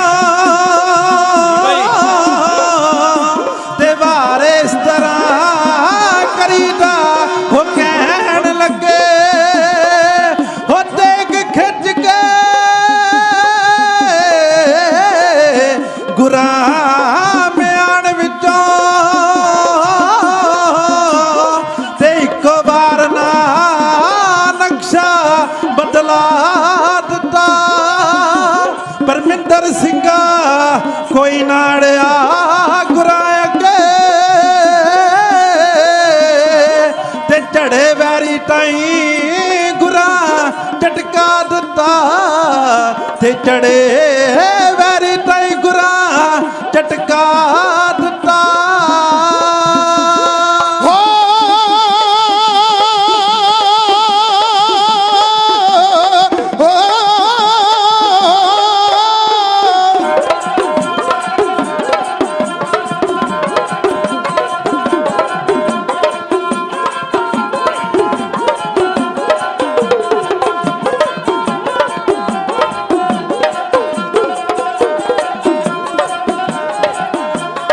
ਸਤਿਗੁਰ ਉੱਤੇ ਵਾਰ ਸੀ ਉਸ ਦਿਨ ਚਲਾਏ, ਉਹ ਸਤਿਗੁਰ ਉੱਤੇ ਵਾਰ ਸੀ ਉਸ ਦਿਨ ਚਲਾਏ, ਉਹ ਸਤਿਗੁਰ ਉੱਤੇ ਵਾਰ ਸੀ ਉਹ ਦਿਨ ਚਲਾਏ। ਹੋ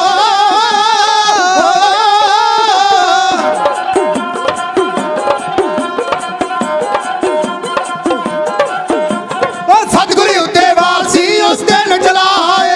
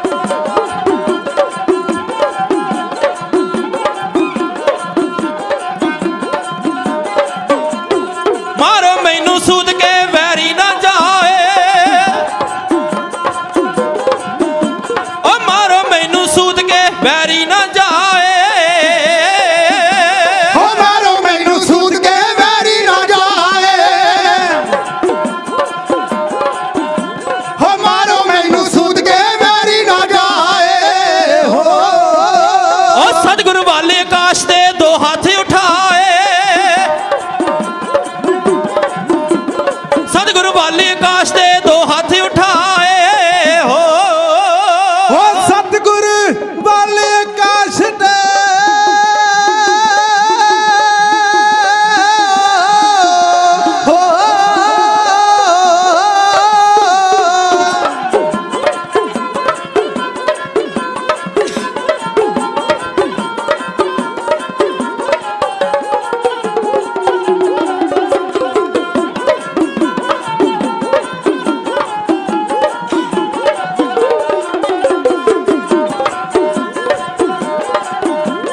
ਸਤਿਗੁਰ ਵਾਲੇ ਆਕਾਸ਼ ਦੇ ਹੱਥ ਉਠਾਏ ਸਤਿਗੁਰ ਵਾਲੇ ਆਕਾਸ਼ ਦੇ ਹੱਥ ਉਠਾਏ ਓ ਮਾਰਿਆ ਖੰਡਾ ਜੋਸ਼ ਨਾ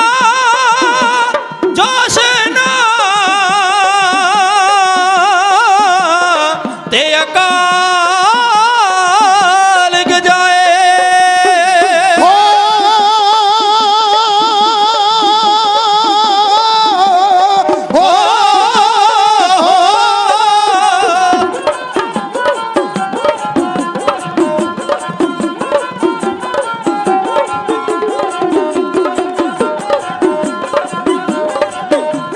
ਮਾਰਿਆ ਖੰਡਾ ਜੋਸ਼ ਨਾ ਅਕਾਲ ਗਜਾਏ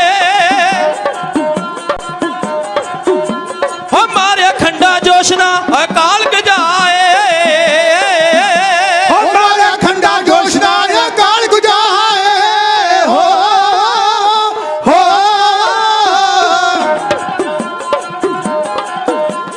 ਮਾਰਿਆ ਖੰਡਾ ਜੋਸ਼ ਨਾਲ ਅਕਾਲ ਗੁਜਾਏ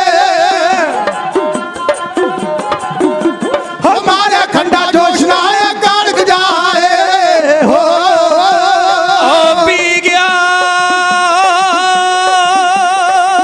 ਰਾਤ ਪਠਾਣ ਦੀ ਤੇ ਗਡੀਕ ਲਗਾਏ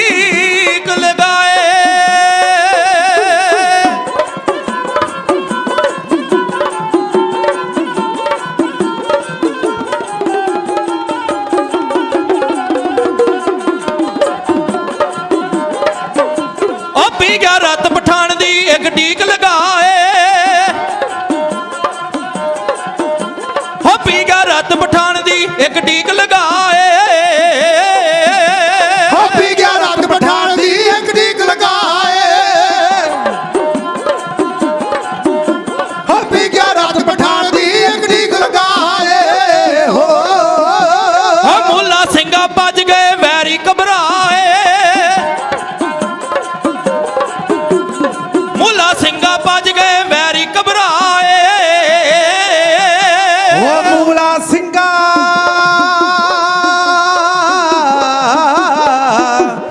ਭੱਜਦੇ ਵੈਰੀ ਕਬਰਾ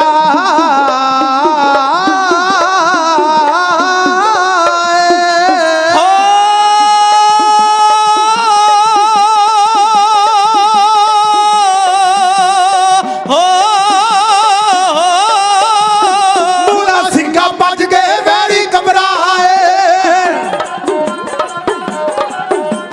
ਮੁੱਲਾ ਸਿੰਘਾ ਭੱਜ ਗਏ ਵੈਰੀ ਘਬਰਾਏ ਵੈਰੀ ਘਬਰਾਏ ਵੈਰੀ ਘਬਰਾਏ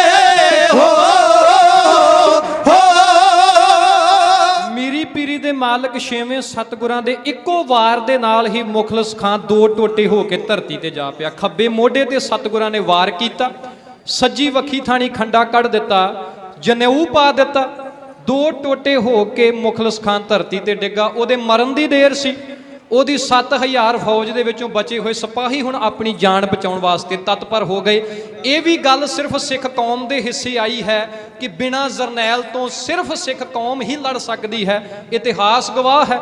ਜਦੋਂ ਜਰਨੈਲ ਦੀ ਮੌਤ ਦੇਖੀ, 7000 ਦੇ ਵਿੱਚੋਂ ਜਿੰਨੇ ਵੀ ਗਿਣਤੀ ਮਿਣਤੀ ਦੇ ਬਚ ਚੁੱਕੇ ਸਨ, ਮੈਦਾਨੇ ਜੰਗ ਵਿੱਚੋਂ ਪਿੱਠ ਦਿਖਾ ਕੇ ਮੈਦਾਨ ਛੱਡ ਕੇ ਲਾਹੌਰ ਵੱਲ ਨੂੰ ਹਰਨ ਹੋ ਗਏ। ਇਹ ਸਿਰਫ ਸਿੱਖ ਕੌਮ ਦੇ ਹਿੱਸੇ ਗੱਲ ਆਈ ਹੈ ਕਿ ਬਿਨਾਂ ਜਰਨੈਲ ਤੋਂ ਇਸ ਕੌਮ ਨੇ ਮੈਦਾਨੇ ਜੰਗ ਵਿੱਚ ਉਸ ਮੈਦਾਨ ਦੀ ਵਾਗਡੋਰ ਸੰਭਾਲੀ। ਜਦੋਂ ਬਾਬਾ ਬੰਦਾ ਸਿੰਘ ਬਹਾਦਰ ਲੋਹਗੜ੍ਹ ਦੇ ਕਿਲੇ ਵਿੱਚੋਂ ਗੁਰਮਤੇ ਦੇ ਤਹਿਤ ਵਾਪਸ ਜਾ ਚੁੱਕੇ ਸਨ, ਬਖਸ਼ੀ ਗੁਲਾਬ ਸਿੰਘ ਨੇ ਮੋਰਚਾ ਸੰਭਿਆ। ਉਸ ਤੋਂ ਬਾਅਦ ਜੇਕਰ ਸਨ 1726 ਤੋਂ ਲੈ ਕੇ ਦਿੱਲੀ ਫਤਿਹ ਤੱਕ 1786 ਤੱਕ ਇਹ 60 ਸਾਲ ਦਾ ਜੇਕਰ ਅਸੀਂ ਵਕਬਾ ਦੇਖੀਏ, ਇਹਦੇ ਵਿੱਚ ਵੀ ਕਈ ਘਟਨਾਵਾਂ ਹੋਈਆਂ ਜਦੋਂ ਹਰੇਕ ਸਿੱਖ ਖੁਦ ਸ਼ਹਿਨशाह ਸੀ। ਰਤਨ ਸਿੰਘ ਭੰਗੂ ਕਹਿੰਦੇ ਨੇ ਸ਼ਹਿਨशाह ਖੁਦ ਹੀ ਕੋ ਭਾਖਤ, ਕਾਨ ਨਾ ਕਾਹੂ ਕੀਏ ਰਾਖਤ। ਹਰੇਕ ਸਿੱਖ ਹੀ ਆਗੂ ਦੀ ਭੂਮਿਕਾ ਨਿਭਾਉਂਦਾ ਸੀ। ਅੰਤ ਸਰਦਾਰ ਸ਼ਾਮ ਸਿੰਘ ਅਟਾਰੀ ਵਾਲੇ ਦੀ ਸ਼ਹਾਦਤ ਦੇਖੀਏ। ਸਰਦਾਰ ਦੀ ਸ਼ਹਾਦਤ ਤੋਂ ਬਾਅਦ ਜਰਨੈਲ ਦੀ ਵਾਗਡੋਰ ਤੋਂ ਬਿਨਾਂ ਵੀ ਸਭਰਾਵਾਂ ਦੇ ਮੈਦਾਨ ਵਿੱਚ ਖਾਲਸਾ ਫੌਜ ਡਟੀ ਰਹੀ। ਤਾਈਓ ਤਾਂ ਸ਼ਾਹ ਮੁਹੰਮਦ ਨੇ ਲਿਖਿਆ, ਕਹਿੰਦਾ ਆਈਆਂ ਪੜਤਲਾਂ ਬੀੜ ਕੇ ਤੋਪਖਾਨੇ ਅੱਗੋਂ ਸਿੰਘਾਂ ਨੇ ਪਾਸੜੇ ਮੋੜ ਸੁੱਟੇ। ਮੇਵਾ ਸਿੰਘ ਤੇ ਮਾਖੇ ਖਾਂ ਹੋਏ ਸਿੱਧੇ ਹੱਲੇ, 3 ਫਰੰਗੀ ਦੇ ਮੋੜ ਸੁੱਟੇ। ਸ਼ਾਮ ਸਿੰਘ ਸਰਦਾਰ ਅਟਾਰੀ ਵਾਲੇ ਨਾਲ ਸ਼ਸਤਰੀ ਜੋੜ ਵਿਛੋੜ ਸੁੱਟੇ। ਸ਼ਾਹ ਮੁਹੰਮਦਾ ਸਿੰਘਾਂ ਨੇ ਗੋਰਿਆਂ ਦੇ ਵਾਂਗ ਨਿੰਬੂਆਂ ਲਹੂ ਨਚੋੜ ਸੁੱਟੇ।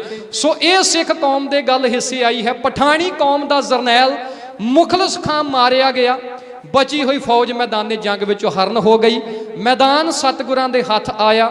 ਸਿੱਖਾਂ ਨੇ ਅਕਾਲ ਪੁਰਖ ਦਾ ਸ਼ੁਕਰਾਨਾ ਕੀਤਾ। ਜਿੱਤ ਦੇ ਝੰਡੇ ਗੱਡ ਦਿੱਤੇ ਉਸ ਮੈਦਾਨ ਵਿੱਚ। ਸ਼੍ਰੀ ਅੰਮ੍ਰਿਤਸਰ ਸਾਹਿਬ ਦਾ ਜੋ ਪ੍ਰਬੰਧ ਹੈ ਉਹ ਸਤਿਗੁਰਾਂ ਦੀ ਦੇਖ ਰੇਖ ਵਿੱਚ ਮੁੜ ਬਹਾਲ ਹੋਇਆ। ਇਸੇ ਦਿਨ ਹੀ ਇੱਕ ਪਾਸੇ ਮੁਖਲਸ ਖਾਨ ਦੀ ਅਰਥੀ ਉੱਠੀ ਸੀ, ਦੂਸਰੇ ਪਾਸੇ ਹੀ ਜੰਗ ਲੜਦਿਆਂ ਹੋਇਆਂ ਝਬਾਲ ਦੇ ਵਿੱਚ ਬੀਬੀ ਵੀਰੋ ਜੀ ਦੇ ਵਿਆਹ ਦੀ ਜੋ ਜੰਜ ਵੀ ਟੁੱਕੀ ਸੀ। ਸਤਿਗੁਰਾਂ ਨੇ ਇੱਕੋ ਸਮੇਂ ਦੇ ਦੌਰਾਨ 2 ਕੰਮ ਨੇਪਰੇ ਚਾੜੇ। ਇੱਕ ਆਪਣੀ ਧੀ ਬੀਬੀ ਵੀਰੋ ਦਾ ਵਿਆਹ ਕੀਤਾ, ਦੂਸਰਾ ਇਸ ਸਿੱਖ ਕੌਮ ਦੀ ਇਸ ਪਹਿਲੀ ਜੰਗ ਨੂੰ ਅੰਜਾਮ ਤੱਕ ਪਹੁੰਚਾਇਆ। ਸੋ ਸਮਾਂ ਸਮਾਪਤ ਹੈ। ਮੇਰੇ ਤੋਂ ਬਾਅਦ ਕੌਮ ਦੇ ਮਹਾਨ ਕਵੀਸ਼ਰ ਭਾਈ ਤਰਸੇਮ ਸਿੰਘ ਜੀ ਮੰਡ, ਜਿਨ੍ਹਾਂ ਨੇ ਭਾਈ ਤਰਸੇਮ ਸਿੰਘ ਜੀ ਮੰਡ ਜਿਨ੍ਹਾਂ ਨੇ ਆਪ ਸਭ ਸੰਗਤਾਂ ਦੇ ਦਰਸ਼ਨ ਦੀਦਾਰ ਕਰਨੇ ਨੇ। ਧੰਨ ਸ਼੍ਰੀ ਗੁਰੂ ਗੋਬਿੰਦ ਸਿੰਘ ਪਾਤਸ਼ਾਹ ਮਹਾਰਾਜ ਵੱਲੋਂ ਬਖਸ਼ਿਸ਼ ਕੀਤੀ ਹੋਈ ਕਵੀਆਂ ਦੀ ਉਸ ਰਵਾਇਤ ਦੇ ਨਾਲ ਸੰਬੰਧਿਤ ਇਤਿਹਾਸ ਨੂੰ ਸੰਗਤ ਦੇ ਵਿੱਚ ਪ੍ਰਚਾਰਨ ਦਾ ਉਹ ਨਾਮ ਨਾ ਖੱਟਦੇ ਨੇ। ਸੋ ਇਤਿਹਾਸ ਦੇ ਸਤਿਕਾਰ ਵਿੱਚ ਪ੍ਰਧਾਨ ਰਣਜੀਤ ਸਿੰਘ ਜੀ ਵੱਲੋਂ ਬੇਅੰਤ ਮਾਇਆ ਹਾਜ਼ਰ ਹੈ। ਕਸ਼ਮੀਰ ਸਿੰਘ ਜੀ ਕਵੀਸ਼ਰ, ਸਮੁੱਚੀ ਪ੍ਰਬੰਧਕ ਕਮੇਟੀ ਦੇ ਨਾਮ ਤੋਂ ਭਾਈ ਰਣਜੀਤ ਸਿੰਘ ਨੇ ਜੋ ਕਿ ਚੜ੍ਹਦੀ ਕਲਾ ਦੀ ਅਰਦਾਸ ਕਰਵਾਈ ਹੈ ਢਾਡੀ ਜਥੇ ਤੋਂ। ਭਾਈ ਅੰਗਰੇਜ਼ ਸਿੰਘ ਜੀ ਗ੍ਰੰਥੀ ਸਿੰਘ, ਭਾਈ ਗੁਰਦੀਪ ਸਿੰਘ ਜੀ ਠੇਕੇਦਾਰ, ਭਾਈ ਹਰਦੇਵ ਸਿੰਘ ਅਤੇ ਬੇਅੰਤ ਸਿੰਘ ਅਤੇ ਭਾਈ ਜਗੀਰ ਸਿੰਘ ਜੀ ਜਈ ਸਾਹਿਬ, ਤਿੰਨਾਂ ਦੇ ਵੱਲੋਂ ਇਤਿਹਾਸ ਦੇ ਸਤਿਕਾਰ ਵਿੱਚ ਗੁਰੂ ਕੇ ਢਾਡੀ ਜਾਣ ਕੇ ਮਾਇਆ ਜੋ ਕਿ ਹਾਜ਼ਰ ਹੋਈ ਹੈ। ਬਲਵੀਰ ਸਿੰਘ ਜੀ ਨੰਬਰਦਾਰ, ਗੁਰਚਰਨ ਸਿੰਘ, ਜੋਗਾ ਸਿੰਘ ਜੀ, ਭਾਈ ਅਮਰੀਕ ਸਿੰਘ ਜੀ ਅਤੇ ਭਾਈ ਸੁਰਜੀਤ ਸਿੰਘ ਅਤੇ ਕੌਲਸਰ ਸਾਹਿਬ ਤੋਂ ਭਾਈ ਸਰਤੀਜ ਸਿੰਘ ਜੀ, ਉਹਨਾਂ ਵੱਲੋਂ ਸੁਰਜੀਤ ਸਿੰਘ ਜੀ, ਉਹਨਾਂ ਦੇ ਵੱਲੋਂ ਬੇਅੰਤ ਮਾਇਆ ਹਾਜ਼ਰ ਹੈ। ਭਾਈ ਰਣਜੀਤ ਸਿੰਘ ਜੀ ਰਾਣਾ ਬੇਅੰਤ ਜੀ ਅਤੇ ਕਾਕਾ ਗਗਨਦੀਪ ਸਿੰਘ ਦੇ ਨਾਂ ਤੇ ਜੋ ਕਿ ਕੈਨੇਡਾ ਦੀ ਧਰਤੀ ਤੇ ਨੇ। ਉਸ ਤੋਂ ਇਲਾਵਾ ਮੇਜਰ ਸਾਹਿਬ ਵੱਲੋਂ ਵੀ ਜੋ ਕਿ ਬੇਅੰਤ ਮਾਇਆ ਜੋ ਕਿ ਹਾਜ਼ਰ ਕੀਤੀ ਗਈ ਹੈ। ਅਤੇ ਭਾਈ ਸੁਵਿੰਦਰ ਸਿੰਘ ਜੀ ਘਣੂਪੁਰ ਕਾਲੇ ਤੋਂ ਜੋ ਇਸ ਸਟੇਜ ਦੇ ਸੰਚਾਲਕ ਨੇ, ਉਹਨਾਂ ਦੇ ਵੱਲੋਂ ਵੀ ਬੇਅੰਤ ਮਾਇਆ ਢਾਡੀ ਜਥੇ ਨੂੰ ਜੋ ਕਿ ਮੁਹੱਈਆ ਕੀਤੀ ਗਈ ਹੈ। ਆਓ ਅੰਤ ਦੇ ਵਿੱਚ ਸਰਬੱਤ ਦੇ ਭਲੇ ਦੀ ਕਾਮਨਾ ਕਰੀਏ ਤੇ ਫਤਿਹ ਦਾ ਨਾਰਾ ਬੁਲੰਦ ਕਰੀ ਆਖੋ ਜੀ ਨਾਨਕ ਨਾਮ ਚੜ੍ਹਦੀ ਕਲਾ, ਤੇਰੇ ਭਾਣੇ ਸਰਬੱਤ ਦਾ ਭਲਾ। ਵਾਹਿਗੁਰੂ ਜੀ ਕਾ ਖਾਲਸਾ, ਵਾਹਿਗੁਰੂ ਜੀ ਕੀ ਫਤਿਹ।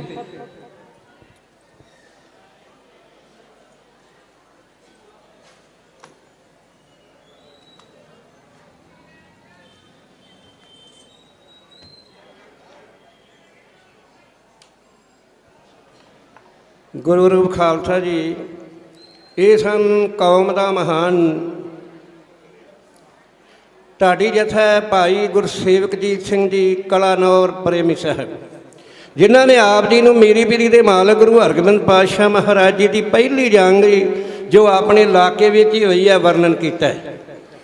ਤੇ ਸਮਾਂ ਤੇ ਬੜਾ ਤੇਜ਼ੀ ਨਾਲ ਜਾਂਦਾ ਹੈ ਤੇ ਧੰਨਵਾਦ ਇਹਨਾਂ ਦਾ ਤੇ ਗੁਰੂ ਕੀ ਸੰਗਤ ਦਾ ਵੀ ਧੰਨਵਾਦ ਹੈ। ਪਰ ਮੇਰੇ ਸਾਰੇ ਬੜੇ ਪਿਆਰ ਵਾਲੇ ਤੇ ਸਤਿਕਾਰਯੋਗ ਹੈ। ਹੁਣ ਟਾਈਮ ਕਵੀਸ਼ਰੀ ਜਥਾ ਭਾਈ ਤਰਸੇਮ ਸਿੰਘ ਜੀ ਮੰਡ, ਜਿਨ੍ਹਾਂ ਨੇ ਉਹਨਾਂ ਦੇ ਗਾੜੀ 2 ਪ੍ਰਸੰਗਾਂ ਦੀ ਮੰਗ ਰੱਖੀ ਸੀ ਤੇ ਹੁਣ ਇੱਕ ਮੰਗ ਹੋਰ ਆ ਗਈ ਆ। ਉਹ ਕਹਿੰਦੇ ਆ ਕੋਈ ਜੰਗ ਗੁਰੂ ਹਰਗੋਬਿੰਦ ਪਾਤਸ਼ਾਹ ਦੀ, ਜੇ ਉਹਨਾਂ ਕੋਲ ਹੋਵੇ ਠੀਕ ਹੈ, ਜੇ ਨਹੀਂ ਤੇ ਫਿਰ ਜਿਹੜਾ ਵਿਸ਼ਾ ਉਹਨਾਂ ਨੂੰ ਬ੍ਰਹਮ ਗਿਆਨੀ ਬਾਬਾ ਬੁੱਢਾ ਸਾਹਿਬ ਜੀ ਦਾ ਅੰਤਮ ਸਮਾਂ ਉਹ ਉਹਨਾਂ ਨੂੰ, ਕਿਉਂਕਿ ਇਹ ਹੁਕਮ ਸੰਗਤ ਦਾ। ਤੇ ਕਈ ਵਾਰ ਸਾਨੂੰ ਢਾਡੀ ਕਵੀਸ਼ਰਾਂ ਨੂੰ ਪਰਚੇ ਬੜੇ ਪੈਂਦੇ ਹੈ, ਕਈ ਵਾਰ ਸਾਡੇ ਕੋਲ ਚੀਜ਼ ਹੁੰਦੀ ਵੀ ਨਹੀਂ, ਫਿਰ ਸੰਗਤ ਦੇ ਕੋਲੋਂ ਮਾਫੀ ਵੀ ਮੰਗਣੀ ਪੈਂਦੀ ਹੈ। ਮੈਂ ਤਰਸੇਮ ਸਿੰਘ ਮੰਡ ਕਵੀਸ਼ਰੀ ਜਥਾ ਉਹਨਾਂ ਦੇ ਚਰਨਾਂ 'ਚ ਬੇਨਤੀ ਹੈ ਵੀ ਇਹਨਾਂ 'ਚੋਂ ਜਿਹੜਾ ਉਹਨਾਂ ਦੀ ਜੀ ਕਰਦਾ, ਜਿਹੜਾ ਉਹਨਾਂ ਨੂੰ ਆਉਂਦਾ ਉਹ ਸਟੇਜ ਉੱਤੇ ਲਾਉਣ। ਆਓ ਹੁਣ 2 ਮਿੰਟ ਵਾਸਤੇ ਆਹ ਛੋਟੇ ਛੋਟੇ ਬੱਚੇ ਸਵੇਰ ਦੇ ਇਹਨਾਂ ਨੇ, ਤੇ ਇਹਨਾਂ ਦੀ ਸਿਫਾਰਿਸ਼ ਵੀ ਬੜੀ ਹੁੰਦੀ ਹੈ। ਤੇ ਇਹਨਾਂ ਦੇ ਗਾੜੀ ਇੱਕ ਹੀ ਕਵਿਤਾ 3 ਮਿੰਟ 'ਚ ਬੋਲ ਕੇ ਖਿਮਾ ਦੇ ਜਾਚਕ ਹੋ ਜਾਣ। ਉਹਨਾਂ ਤੋਂ ਬਾਅਦ ਤਰਸੇਮ ਸਿੰਘ ਜੀ ਮੰਡ ਆਪ ਜੀ ਨੇ ਇੱਕ ਕਵਿਤਾ ਇਹ ਆਪ ਬੱਚੇ ਸੁਣਾਉਣਗੇ, ਉਪਰੰਤ ਤਰਸੇਮ ਸਿੰਘ ਜੀ ਮੰਡ ਸਾਹਿਬ ਉਹ ਆਪ ਜੀ ਸੰਗਤਾਂ ਦੇ ਦਰਸ਼ਨਦਾਰੇ ਕਰਨਗੇ। एक ही ला